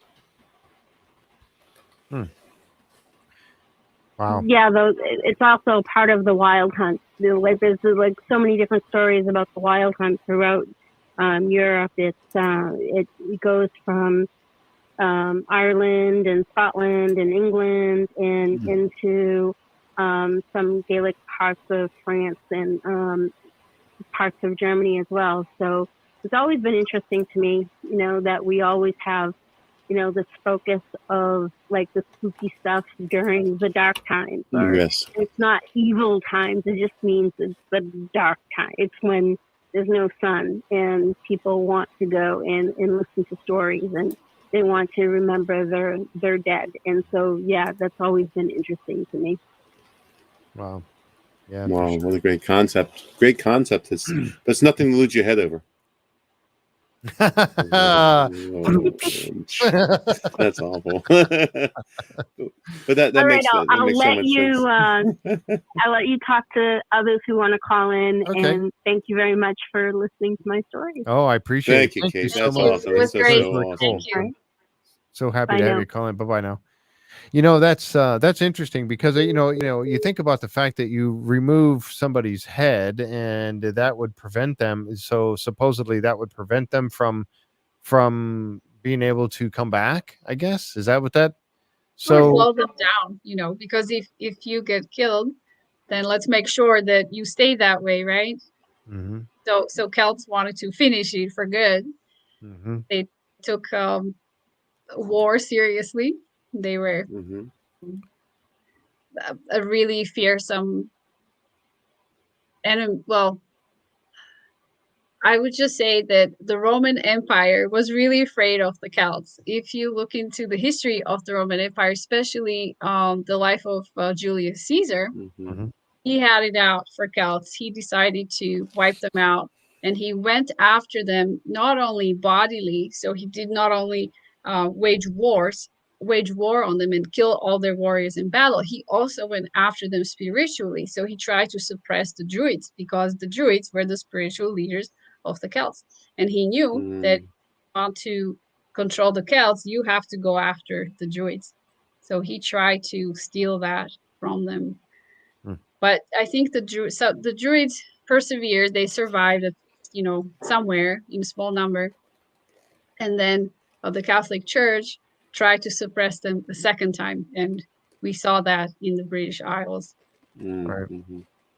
You were talking about that the Knight Templar from that ghost, that mist that we saw, the horse, and it looks Mm-hmm. like Yes. and you were talking about the whole idea behind the headless horseman, but many weren't when in 1307 when many of um the Knights Templar rounded up, didn't weren't some of them beheaded? Well, I'm sure that they died in many different ways. Hmm. Some I burned. think, Burned at the I think stake. Yeah, especially if they were Olay putting was up burned. any, Yeah. yeah, especially if they put up any resistance, right? So during the arrest, if they tried to resist the authorities, there would have been a fight. There would have been um, weapons drawn, right? And maybe some of the Templars didn't want to go to jail. Maybe they preferred death to imprisonment. Right. Right. Absolutely. They wanted to die honorably, which for a warrior to die honorably meant die in battle, not Right. at home in bed or in jail. Right. Wow, that's interesting. And the other thing that's really interesting in medieval times, a lot of the alchemists suddenly their heads are missing. Shakespeare's heads is missing. They've Really? done X-ray. Yes, they've done X-rays on the body that's sitting in Shakespeare's tomb. Now, I'm Yeah. not saying that's Shakespeare's body or not. Who knows? But the head is missing. And What? so, yes, yes. So in alchemy, the head again, you see it in Shakespeare's work, Horatio, in the holding of the skull, in Hamlet, the head is always considered the seat of the soul. And so, not only in what you're saying, but in alchemy, it's also it's really, really creepy. There he Oh my is. God, there he is. Oh my God. I'm like, what Oh is No, my I that? won't God. sleep at night. It looked like a headless head coming right in there, but then I saw the eyes blinking. I'm like, wait a minute. Oh, yeah, look at John's got one there too. The crystal skull. The crystal skull. Gosh. Wow. This Wanda is has really another neat creepy. story here. She said, I have another story, but not exactly ghostly. I have been working with my genealogy for many years. Kitty cat. That looks like my cat. Looks just like my cat. Said, working on genealogy for years and has struck with one of on one of my lines. My father had cancer and was dying. I asked him to talk to my grandmother when he got to heaven and give me the answer. Jokingly, well, after my father died, about 3 weeks later, I had a dream about. I had a dream about the very thing that I had asked him. So I looked up what the dream. I looked up what the dream had said, and bam! found all of it and was so grateful and profound and impressed at now how it happened. That's really weird. Wow. That is really weird because I mean, you hear about things like that. You talk to somebody that is going to pass, and then when something like that comes up, that's really. I mean, you can't really. How do you look at that? You can't look at that in any other way. I mean, when it happens like that, you can't really accept that any other way. It happened the way that Wow. you asked for it, and that just means that there's more.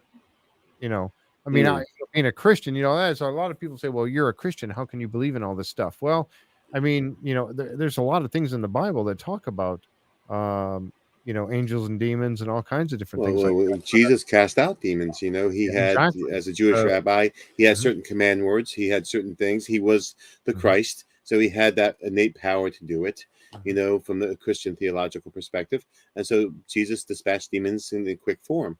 But Jewish rabbi had the same power.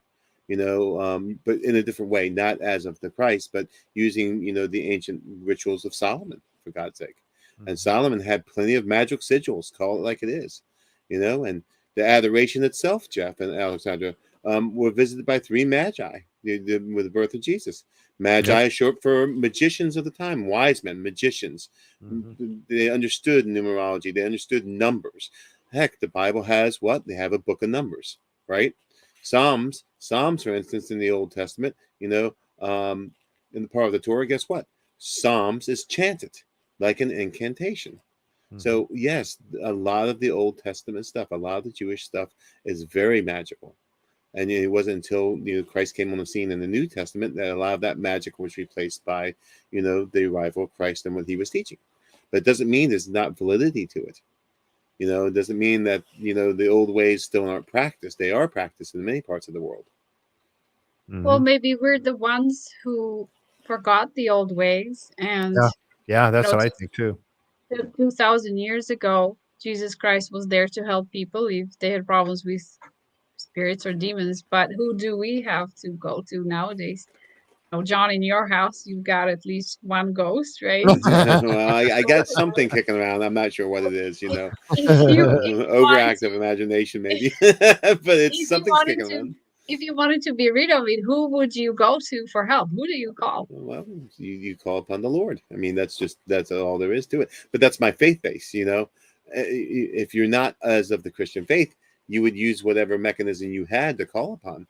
And in many cases, if you're Jewish, you would go into the Jewish origins and use whatever is in the Jewish tradition to fight such things. I mean, every tradition has it. Even the Buddhist, they call them angry ghost or hungry ghost. Even the Buddhists deal with ghosts and demons in that realm because it's considered a cyclical. There's the hell realms in Buddhism, and there's the heavenly realms or the realms of the gods, and it's a complete circle until you kind of bust out of the cycle of reincarnation in Buddhism. So they have ways. The gurus have ways of dealing with demons or hungry ghosts. So yeah, I guess it really, Alexandra, to answer your question, it really depends on what your faith is and what you believe. But every tradition has some way of dealing with entities like this. The Roman Catholics deal with it differently. They deal with entities like this through exorcism. That's their belief system. That's what they call upon. So it really depends on how how you were raised or what you believe or a blend thereof. You can have a blend of faith, but as long as you attribute yourself to that intentionality, I think so much of it is caught up in intentionality. You're focusing your energy and have that intention that can force something out of your life or away from your life that would cause you harm. I mean, what do you think? Mhm. You guys are both nodding. You agree with that? Mhm. Yes, we agree with you. Yeah. See, Yep. but yeah. So, but again, you're right. What else do you have to call upon? And Jesus was a Jewish rabbi. He would have had access to all those old Jewish ways, all the old Jewish books, all the old mystical books that we don't have access to. And I'm wondering And I how have much. a question for you. Yeah.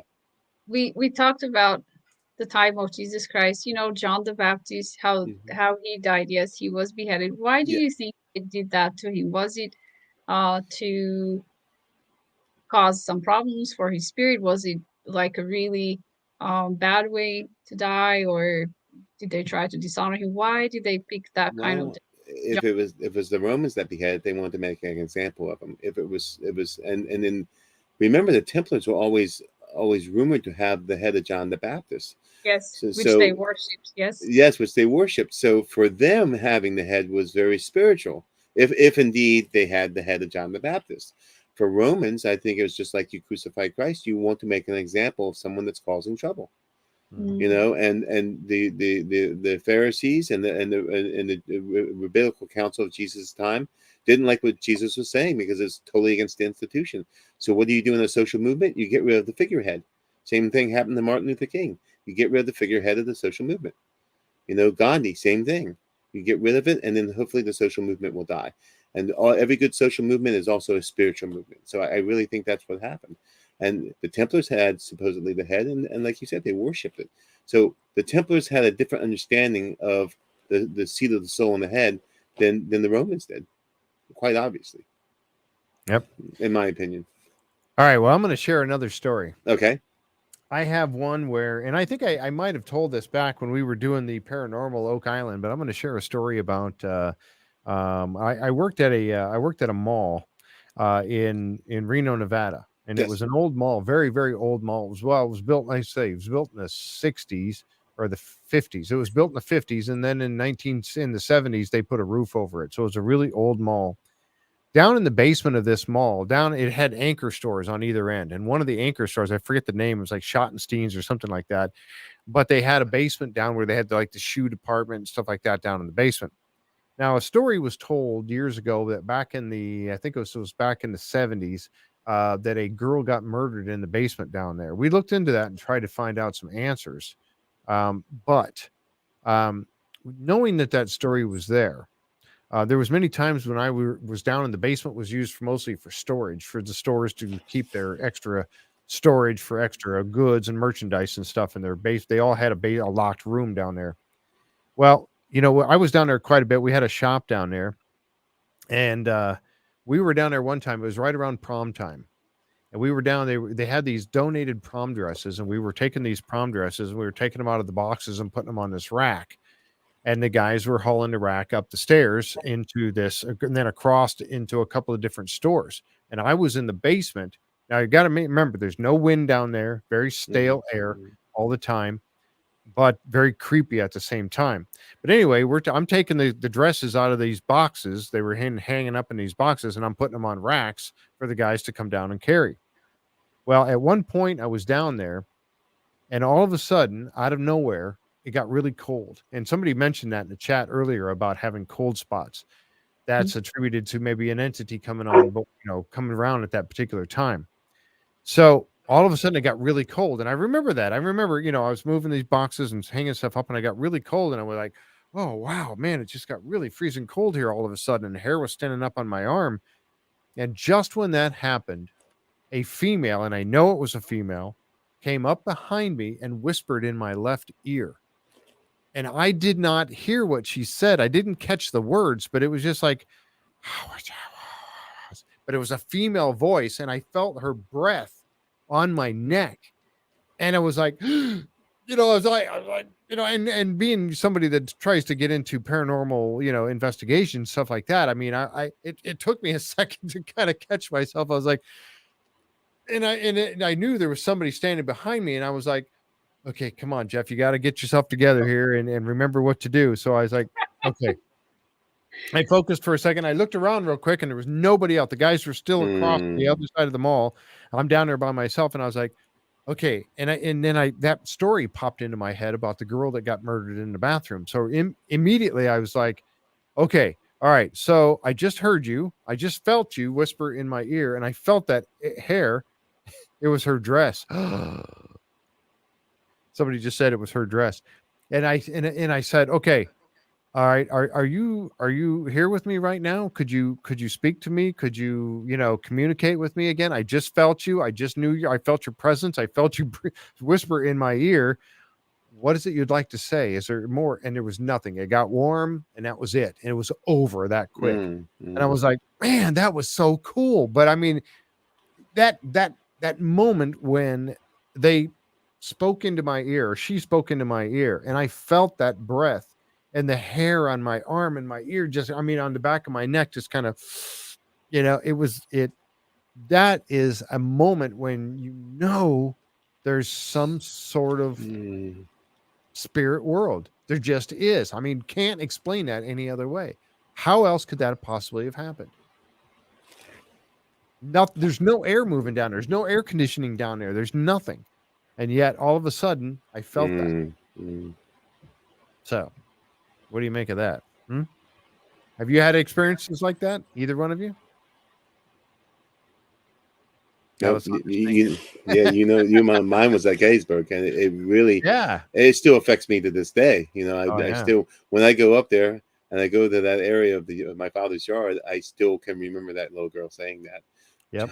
John, would you like to play a game? And I was like, oh my God, she's asking me if I want to play a game with her. I mean, it still freaks me out to this day.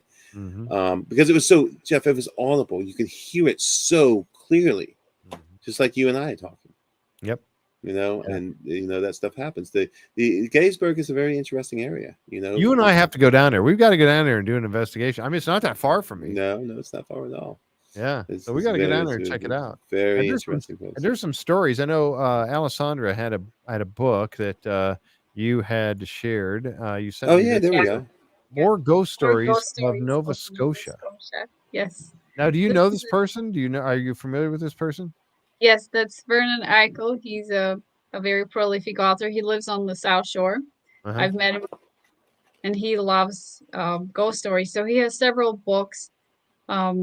They're collections of stories from all over Nova Scotia. Basically describes what other people told him, and the stories have to do with real locations, either a haunted house or a cemetery or stuff like that. There's a place on the South Shore called McCoos Island. It's in St. Margaret's Bay. And it used to be a sacred burial ground for the Mi'kmaq, the indigenous Nova Scotia.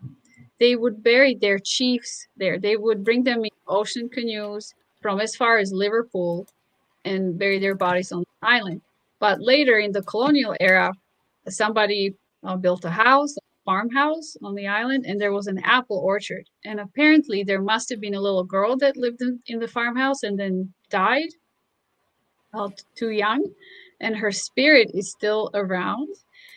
So McCoos Island is under the protection of this conservation society. I forget what they're called. I think it's St. Margaret's Bay Stewardship Association. So they take care of the island now, and you can rent this farmhouse from them and spend a night there. And the people, tourists who have been staying there, sometimes see this little girl. So she appears, either peeks into the window or shows up inside the house, and she gives people apples, like real physical apples that you can actually bite into and eat. And sometimes she'll do that even off season. There are no apples on the trees outside. So that's pretty weird how she conjures up the real apple and then gives it to you. So if anybody wants to spend a night farmhouse on McCoos Island in St. Margaret's Bay, Nova Scotia, you might encounter her. I would love to do that. Actually, I really would. I've been on some of those ghost investigations where they have a lot of people. I was at Fort, what was it called? Fort Wayne. It was Fort Wayne in Detroit. And they had one of those big things where there was a lot of people there. There was a lot. And they had celebrities there. The guys from Ghost Hunters there, Tango and Steve were there. And John Zaffis was there. And I got to actually sit down and talk a little bit with John Zaffis, and that was pretty neat.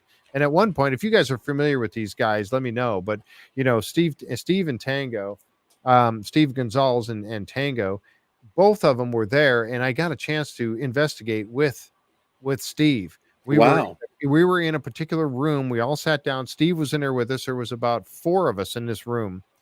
And we went in, we sat down on the floor, and Steve was sitting over there too. And it was so cool because, you watch Ghost Hunters on TV and you hear, the questions that they would ask and all the different things like that.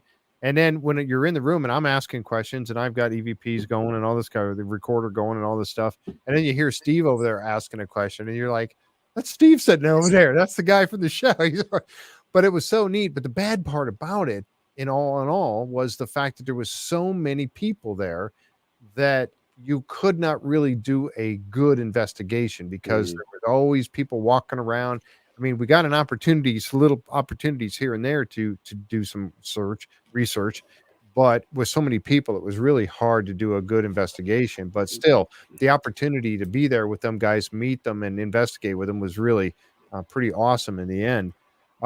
There was also in a time where I was down at the I'm trying to think of the name. It's the name of a prison. Mound. It's it's down in West Virginia. It's a prison down there, and I'll think of it in a minute. I did an investigation there one time, and I was in a section of the prison that was empty. And I looked down. There was with one other person, and I looked down the line of cells, and I just was snapping pictures, just taking pictures going on. And I took a picture, and I was trying to look at them right away, but I really didn't notice it. It looked like there was maybe a manifestation down there toward the end. So I went on down there, and I was walking along. The person that was with me did not go. He stayed where he was down at this cell because he wanted to sit inside one of the cells and do some EVP work. I was walking down toward the far end, as I was doing that, I heard footsteps behind me. And I stopped for a second, and they kept stepping about 3 more steps and then stopped. And I turned around and I'm looking. I thought there was somebody behind me. I really did. And you know that moment when you feel that, if there's somebody in the room or in the house with you, and you maybe hear something, you're reading a book or something, and you hear something, and you feel their presence coming towards you. You kind of do. And you look up and you go, hey, what's going on? Or whatever, I felt that presence. And so as I'm walking along, and I stopped, and I heard a couple more steps, and I turned around like this, I felt that presence still coming towards me. And it kind of like, and it was dark in there, but there was street lights outside that were shining through the window. So you could kind of see it wasn't completely black in there. But talk about a moment when, and your heart kind of flutters for a second, because you expected, because of what you felt, to see somebody actually walking toward a person, not a ghost. I didn't see anything, but I had that feeling that somebody was approaching me, and I mean, okay, is that one of those weird times? West Virginia Penitentiary? No, it was Moundsville Prison. Is that the name of it? Moundsville Prison. I think that's the name of it. Moundsville Prison down there, and Moundsville, West Virginia. What a cool place that was. And I got some pretty good EVPs there too. And but so you get those personal experiences, you get some recordings and things like that. But again, is it truly an entity? I don't know. Yeah. I don't know. We're at 2 hours. I don't know. What do you think? How better you want to call it? I mean, this has been fun, and I really hate the fact that I had these technical difficulties tonight. With Wanda and everything. I really apologize for that, but well, Jeff, we did keep it real. Yeah, we creeped it real. I like this book. I wanted to mention this real quick, because at the top of this book it says, maybe you should be afraid of things that go bump in the night. That's awesome. Did you catch that right there? Jeff, can I recommend a paranormal series that was filmed here in Nova Scotia? People can watch the episodes online. Yes. So if anybody has interest in the haunted places in Nova Scotia, you can check out a show called Sightseers. It was made for AMI, which is a media company that produces content for the blind people. Wow. Sightseers called? I put that in the chat. Yes. So okay, good. Let's see here. Okay. All right. I see it here. I'm going to put that down where everybody can see that. The interesting thing about the 2 psychics that are in the series, the interesting thing about them is one of them is blind. His name is Mark Jolly. Really? He reads people's hands, and he's very sensitive to ghosts too. And the other one is Laura Warren. She's local. She's from Nova Scotia, and she reads places. So if you need your house checked out and maybe send some ghosts, on their way, Mm. call Laura Warren. Okay. All right. So, but yeah, I just put that link up there. If anybody wants to check that out, Sightseers, I'm going to look Sightseers, yeah. into it for sure. The Yeah, I'm episodes definitely are only 20 minutes long, so it's not like it's going to, take up all your afternoon to watch an episode. Oh, Linda says it's an awesome show. I've posted a couple of them in our group. Wow, cool. Cool. Yeah, somebody else said excellent show. Somebody else said has watched it too. So I'm gonna have to check that out. That kind of thing, like you said, some of the stuff we talked about tonight. You look at the fact that should you be scared of it? It's kind of like my son, and I believe him when he tells me he's seeing these people. I do believe him, and he says. He doesn't understand why people get so scared when they see an entity. Oh, Jesus. that caught me off guard. Okay, I'm already spooked out. Sorry, guys. I think Nikki just spooked me out. Yeah. So, That's my son. He loves Halloween. We both do. But he said, I don't understand why people get so scared about it. We watch, because a lot of times you watch a travel channel and there's so many, shows about, the paranormal and things like that, and people are getting freaked out. And he goes, I don't know why they get so freaked out about it. I said, because people, they don't understand. They don't understand what it is. They don't, and you gotta admit, when I'm doing an investigation at Hillview Manor and I'm walking down a hallway upstairs completely by myself, there's room after room after room after room, and there's one room that you walk by and there's a rocking chair inside, and I'm walking there with my digital night vision camera, and I'm walking along and I'm looking in these rooms, and if one of those, the doors are all open on every one of them, and if one of those doors was to slam while I'm up there, I'm sorry, but I'm beating feet the heck out of there because somebody's up there, but I'm looking in there and I went around. I knew there was one of them that had the rocking chair in there. And I'm like, do I want to look in there? Is that rocking chair is rocking? Yeah. And I'm like, and I look in with my camera and I'm like, okay, it's not rocking. Okay. Yeah, it's not rocking. But it's that fear factor. I mean, of knowing that there's actually an entity right there. Mm. And you don't know what they're going to do. You don't know what they're going to do. Exactly right. No. So there's another place in Nova Scotia that people can visit and stay at overnight. It's Fortress Louisbourg. It's in Cape Breton. It's a very old French fortress. You can rent a room and stay in there at night, and they will even give you the keys to the fortress, and you can roam around all you want in the dark. Of course, they give you a lantern or a flashlight, maybe. A lantern, okay. So you can rent a room at Fort Louisbourg and stay there at night.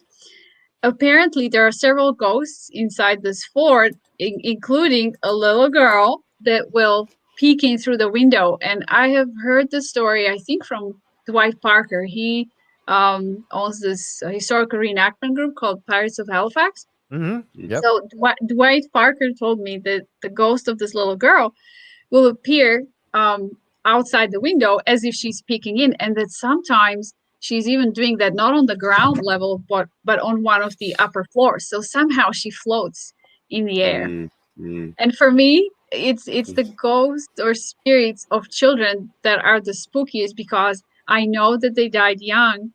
And I feel really sorry for them, and I would like to, help them or comfort them somehow, because they were left behind here as children without their mothers, and nobody's taking care of them. So for me, it's children's ghosts that are the scariest. I can handle all the other stuff, but the children, that breaks my heart. Yeah, for sure. Yeah, and I just don't want to see that clown ghost. Clown ghost.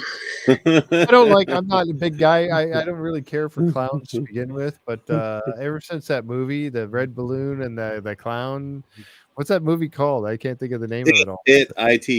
Yeah, it. Steven freaks me out. And the little video that I had made today to intro the show, which I ended up not using, has a bunch of that, some of those circus clowns, and it's real creepy with that music in there. Maybe I'll play it on the outro. Yeah, I think the clown's name is Pennywise. Is that not correct? Yeah, I think you're right. I think Yes, you're right. that's just So really yeah, creepy. I do I'm not not like a that fan clown. of creepy clowns. So No, Mm. I'd rather stick to traditional scary stuff like yeah. ghosts. Oh, that fort, is that the fort that the Oak Island crew have been to? Is that the same fort, or Yes, is yes, it? that's Okay. that's Fort or Fortress Louisburg. Mm, Okay. Yes, they did Wow. stations there. Yeah, and you can go on a ghost walk of the fortress. They probably have it in the summertime. mm. Maybe they canceled it because of the pandemic, but I'm sure next year everything will be back up and running. Oh, We got to absolutely. get a group together. Who wants to go? Let's get a group together next year. And I'm in, and we'll go We up need to there, and spend we're the going to night rent it. in Fort Yes. Louisburg. Mm. I got to look into seeing how much that costs, because that would be awesome. I would love to do that. Like I said, I like to do paranormal investigations because I want to get proof. I'm still a little bit undecided as to whether or not is that Mary says she's in. Oh, Kate's in. We got people chiming in right now. I'm in.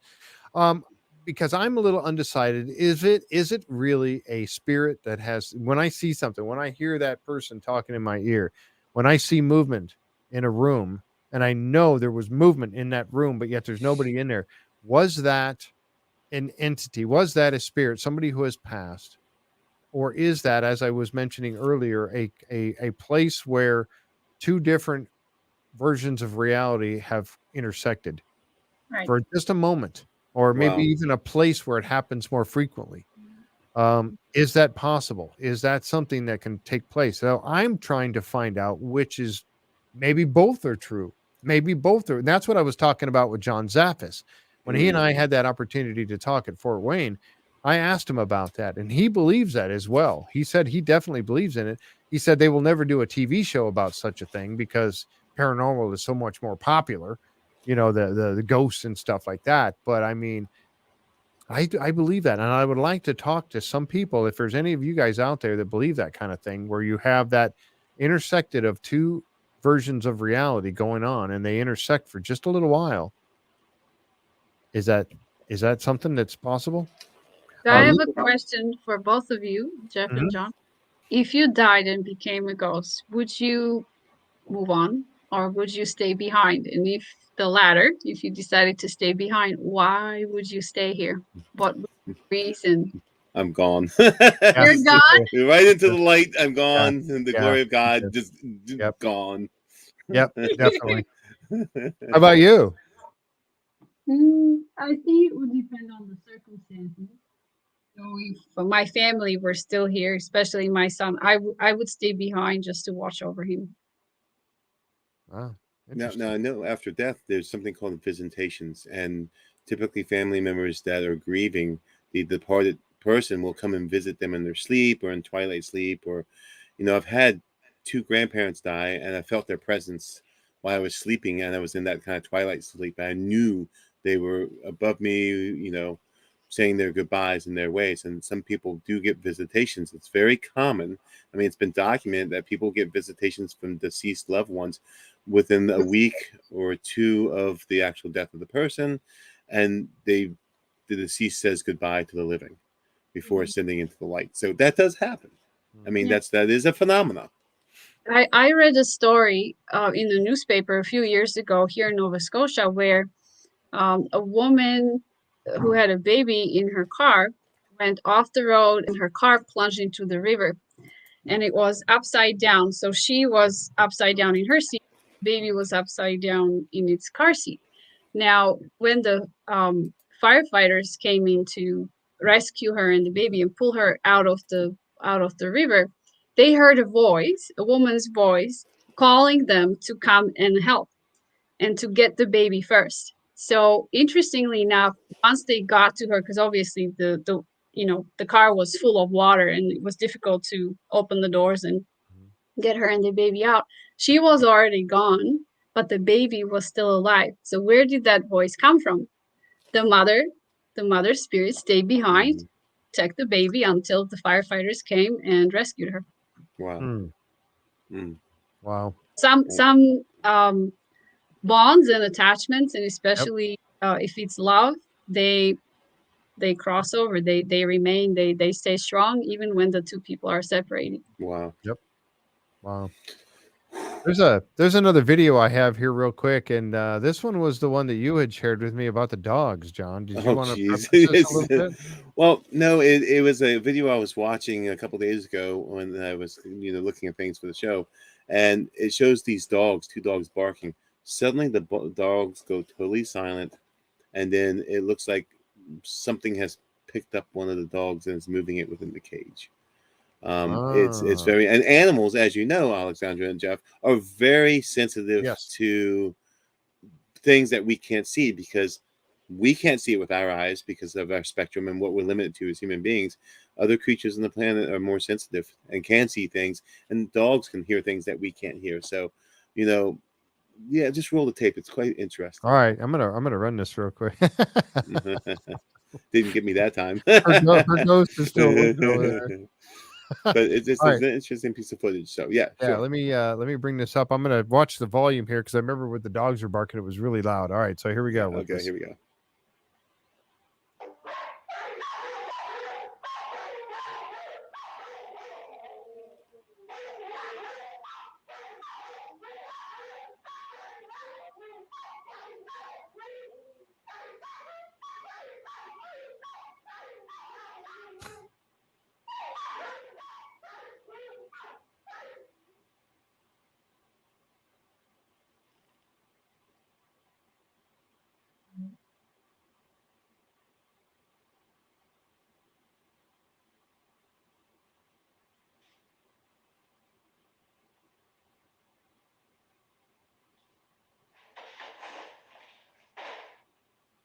Wow. Oh man, what was that? I have no idea what was going on Wow, there. right at It's the like, end. I mean, his collar comes off. yes, it's like he's picked up Jeff. I'm gonna play that again because Oh my right at God. the end is his collar comes off. Yeah. All right, I'm gonna play that one more time. Hold on. Okay, we're right about that point. Watch his collar, his white collar. Watch this. It's the It comes craziest thing. off.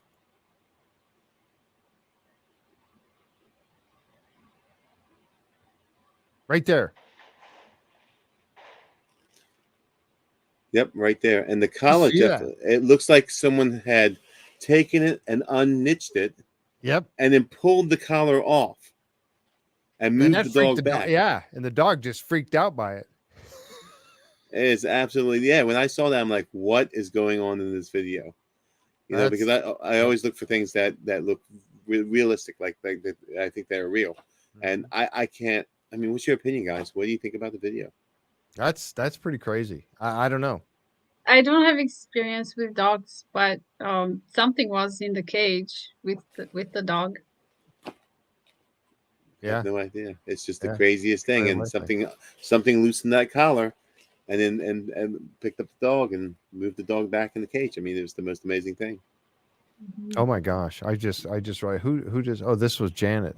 Okay. My little girl called out mama to me the night after she died, Oh, and my sister touched the back of my head after I gave a talk at her funeral. It doesn't happen, or it does happen. You just have to be aware and open. Oh my goodness. Oh my wow. goodness. Condolences, first of all. Wow, that's heavy. Wow, for sure. And I know I'll try to tell this real briefly, but my father died of he had terminal lung cancer and emphysema, and basically he died because he couldn't get breath, he couldn't get air, and he basically suffocated because it got to a point where he was so hard for him to breathe. That's Um, awful. yeah, Sorry. and I state it was, and I was there when he died. Um, and it was about a couple of months later. I was there. I was there at the house taking care of mom, and helping her out. And I was actually with. I had set up a room in there where I was staying with her, or staying at the house and sleeping. And I remember one evening I had gone through an episode where it was about a 10-minute thing where I felt like I was struggling to breathe. It got so very hard for me to breathe, and I was starting to panic. I was at the house by myself, if I remember correctly, and I was starting to panic because I could not get breath. I don't know. It seemed like 10 minutes. It was probably only 30 seconds in reality, but it seemed like a long time. But I was struggling for breath. And then when it all finished, and then I was able to breathe again, and then I calmed down and everything. I don't know, was it anxiety? Was it a panic attack? I don't get those, so I don't know. But I got thinking about it, and I thought, that's what my dad experienced. Right. That would Mm. be exactly what my dad experienced Mm. because he could not get breath. And I thought, yeah, somebody just said, watching your a parent die from cancer or something, or anyone you love, yeah, for sure. It was hard to watch him deteriorate over the course of a year and then go that. But and I thought about that, and it's like, was that something residual that happened that made me feel what he felt, or allowed me to feel what he felt? I don't know. I almost wasn't. I thought about that earlier, and I thought, I'm not going to talk about this because it's so personal. But Mm. I just thought maybe I should. I don't know. Just a weird. It was one of those weird things. Why did I experience that? And was that what my dad went through? I don't know. Well, it's an crazy. emotion, and the energies are so strong with the emotion, and they can be residual. So you probably were picking up some of that residual energy within the emotion itself. That makes a lot of sense to me. Yeah, it was Wow. really pretty freaky. But I thought about it after Mm. everything calmed down, and never happened again. Nothing ever like that ever Wow. even came close to ever Wow. happening again. And I just wondered, what that was all about, and was that something that he was that what he was dealing with? I mean, I wasn't there when he. I won't get into detail. I wasn't there when he actually started the struggle. Mm. Anyway, close thereafter. So, but anyway, so all right, man. I don't know. I've had a pretty good fun. I hated the fact that we had that issue with the technical No, it issue. was all good. It was all good. I had a pretty good time spending this evening with you guys and talking about some paranormal stories. We'll have to do this again sometime. We'll have to come Can up I with ask another you reason. guys one last question? Yes, absolutely. If you could meet a ghost and talk to him or her, who would you want to talk to? Oh, If that was actually a welcome encounter, one that you would seek out and If I could well, talk to someone there. deceased, Yes, who would you want to talk besides Jesus, oh yeah, for sure. yeah, Yep. yeah, but That had to be that's not a ghost. I'm not saying that's a ghost at all. right. That's the Jesus. But who in history would I want to talk to that's deceased? Robin Williams. That's a great choice. Robin Williams. Oh, I'm kind of stuck between Gandhi and Martin Luther King. One of those two, because there was just such a good social movement. Yeah, that's true too. Yeah. Wow. I mean, you have Joan of Arc sitting there as well, and you have a number of, maybe even Robert the Bruce is sitting there. You I was going to have say Molay. Jacques D. Molay. Jacques D. Molay sitting there. That would be another one, another good choice. I'd have to speak How a little about you, French. Alessandra? I would say my two grandfathers, whom I never met because they died before I was born. Good One call. of them died during the Second World War, and he died during the first, I think, right at the beginning. And he never had a chance to say goodbye to his wife and his son. And when he died, I believe, in Ukraine. And his wife, my grandmother, she lived in Hungary, in Budapest at the time, and she was at home, and she had a pantry with jars, like with preserves, like pickles and jams and stuff like that. And one of the jars exploded. Oh wow. She knew that in that moment she had lost her husband. That was just the feeling, the premonition that she had. And then she got a letter in the mail, probably the military, informing her that her husband passed away. So I never met him. That was my Hungarian grandfather. And my other grandfather, my Slovak grandfather, he too passed away before I was born. He had problems with his lungs. He used to work in tunnels during the Second World War. They would blast tunnels for trains, and he got a lot of dust in his lungs. So towards the end of his life, he couldn't breathe very well, but he worked until his last breath. He was a carpenter. And I believe that he fell off a roof. He was helping somebody build a house. And he fell off the roof.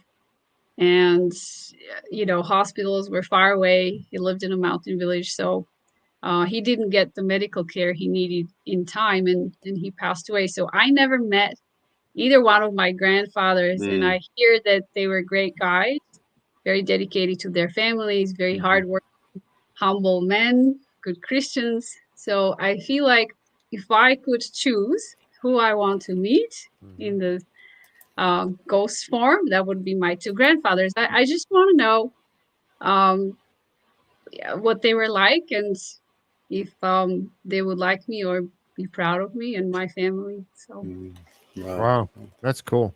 Yeah, I remember, and you're stepping into just a different area just for a moment, is that I remember, there's a connection. We talked about this connection. Somebody had mentioned something about a cat that was befriended by a man, and when the man passed, the cat ran in and jumped on the guy's lap. That's interesting that we have a connection. We have a bond with animals. And I remember as a kid, I had my dog. His name was Fritzy, and he was a German Shepherd, half German Shepherd, half Brittany Spaniel. And I went on a camp out, a Boy Scout camp out, and I knew when I left, I knew he was sick. He wasn't feeling well. And on Saturday night, I don't know, it was wee in the morning. I don't even know exactly what time. Well, I do. It's like 2:15 in the morning or something like that, if I remember correctly. But I had woke up in the middle of the night, just bolt upright out of my bed. I was, and I was like, the first thing that came to my mind was Fritz. And I just bolt upright in bed, and he was on my mind, and I'm like, Fritz. And I thought, I think he just died. I think he just passed away. And I got home from that camp out, and I asked my parents, and sure enough, he had passed away Saturday night. Now, did he happen to pass away at that moment that I woke up? I want to say yes, he did. But do I know that for a fact? No, I don't. But man, you talk about that relationship between them. How did I know that? How did I wake up in my sleeping bag in a tent in the middle of the night and think about my dog was the first thing that came to my mind. And I knew that he had just died. I knew it. I just knew it. And sure enough, he had when I got home and I checked. So that's kind of weird, isn't it? How do we have that connection? How do we know those things? There's more to this than we may ever realize. You mentioned it earlier, Alessandra, that we have a tendency, because of our modern mechanisms, the machinery that we have, the technology we have, these cell phones and things that we have today, the computers, the internet, modern conveniences, cars, and all these things, we have become dulled down, I think, over time. That people years ago who didn't have all this stuff were more in tune with what was going around in their physical and metaphysical world. That they were present. They were present in the moment. They were there, body, in mind, in their heart. They were there. They were distracted. They weren't constantly, screening calls and trying to ignore all the advertisements. So in this day and age, we spend so much time tuning things out just so that we can stay focused on, the daily grind. Input, right? Things coming our way constantly, sounds, images, noises, requests, demands, advertisements. We have to tune it out. And once you get in the habit of tuning things out, how can anybody get through to you if it's as subtle as a spirit or a ghost? So I think at that point, those kinds of visitors, let's say, maybe have to reach for more extreme measures, such as throwing a thing at you or trying to get your attention. Oh my god, messing with your green screen. yeah, exactly. Yeah, Oh messing with your green screen. I'm just not going to sleep tonight, guys. I'll be up to 2 or 3 in the morning now. I might as well just go for it and watch The Exorcist and just be scared the rest of the night. So yeah, there you go. Yeah, for sure. Wow. Yeah, Tom Burns just said that right there. Much about energy of the mind that we have yet to understand. I agree wholeheartedly. I think that if we could tune in and really, get all of this stimulus out of the way, the phones and everything else that's going on in the world, and really tune in, like you just said, Alessandra, really tune into what's going on in the, um, I was going to say the paranormal, but just the physical, the non-physical world around us. Hmm. I think we would find that it's all there, and maybe we do really see it, feel it, and understand it. We could Mhm. maybe understand it more. Um, Absolutely. it's one of those things that I would love to. I guess that's when they talk about meditation and things like that, right? I mean, to help you get to a different place, to help you to get to a different state of mind, Hmm. right? Is It, that it sounds like a future episode, Jeff. Beyond our world. indeed. Yes, we could do that, couldn't we? Yeah, I think that's a great idea. We should probably talk about that. I like Yeah. it. What For sure. what does even the chanting and stuff like that, getting into a different realm, a different plane of The thinking. different vibrational thought Yes, pattern and those vibrations too. Yeah, for frequencies, sure. and the Buddhists always say it's the obscurations of the mind. What obscures, what's the obstacle of the mind? Because the mind in its natural state is the gurus teach it, is limitless. Mhm. So how do we get from point A to point B? But that's Right. another episode, Jeff. Yes, that's another episode. All right, well, it's getting really late for Okay. Yep. Alessandra. It's gonna be Yep. 10:30 there, where she is in Nova Scotia. So we better wrap this up. It's been fun, guys. I really appreciate you being here tonight and sharing all this with us. My goodness, and thanks for everybody that has joined us and watched the Absolutely. show tonight. We appreciate it very much. This will be out on YouTube, and we can watch that as the time goes on. Again, if you're out on YouTube and you'd like, please subscribe to the channel and turn on that notification bell so you know when we do these kind of shows and things like that come up. And if you'd like to help support the show, you can do it through Patreon. We have a Patreon channel, JFree906. Were you going to say something else, John? I was going cutting to say, everyone's dying for another episode of Beyond Our World. Oh, I'll just end it on that. Well, thank you so much, Alessandra and John. Appreciate you. And as always, those of you that joined us, really appreciate you very much. Any last words, Alessandra, before we go? I just want to say thank you, Jeff, and thank you, John, and John's invisible friends. I hope you two will have fun tonight when we go offline. You're going to have to give us an update, John, of what happened. I will give an update. I will give an update. Trust me, I will. It's not going to be a good night, but that's all right. if we don't hear from you tomorrow, send a search party to your house. Yes. I guess I live the closest. I'll have to run over there. That could truly be the Fellowship of Dig. Really could. Ooh. All right, folks, we're going to sign off here. Thanks again for everybody being here. You guys have a great rest of your holiday or Halloween weekend. And don't forget, we'll see you here on look at that. I like that. We'll be here on Wednesday night with Maddie Blake, and he's going to stop by for a little bit. We're going to recap the season premiere of The Curse of Oak Island on Tuesday night or Wednesday night at 7:30. Guys, have a great rest of your weekend. Bon appetit, everyone. Bon appetit.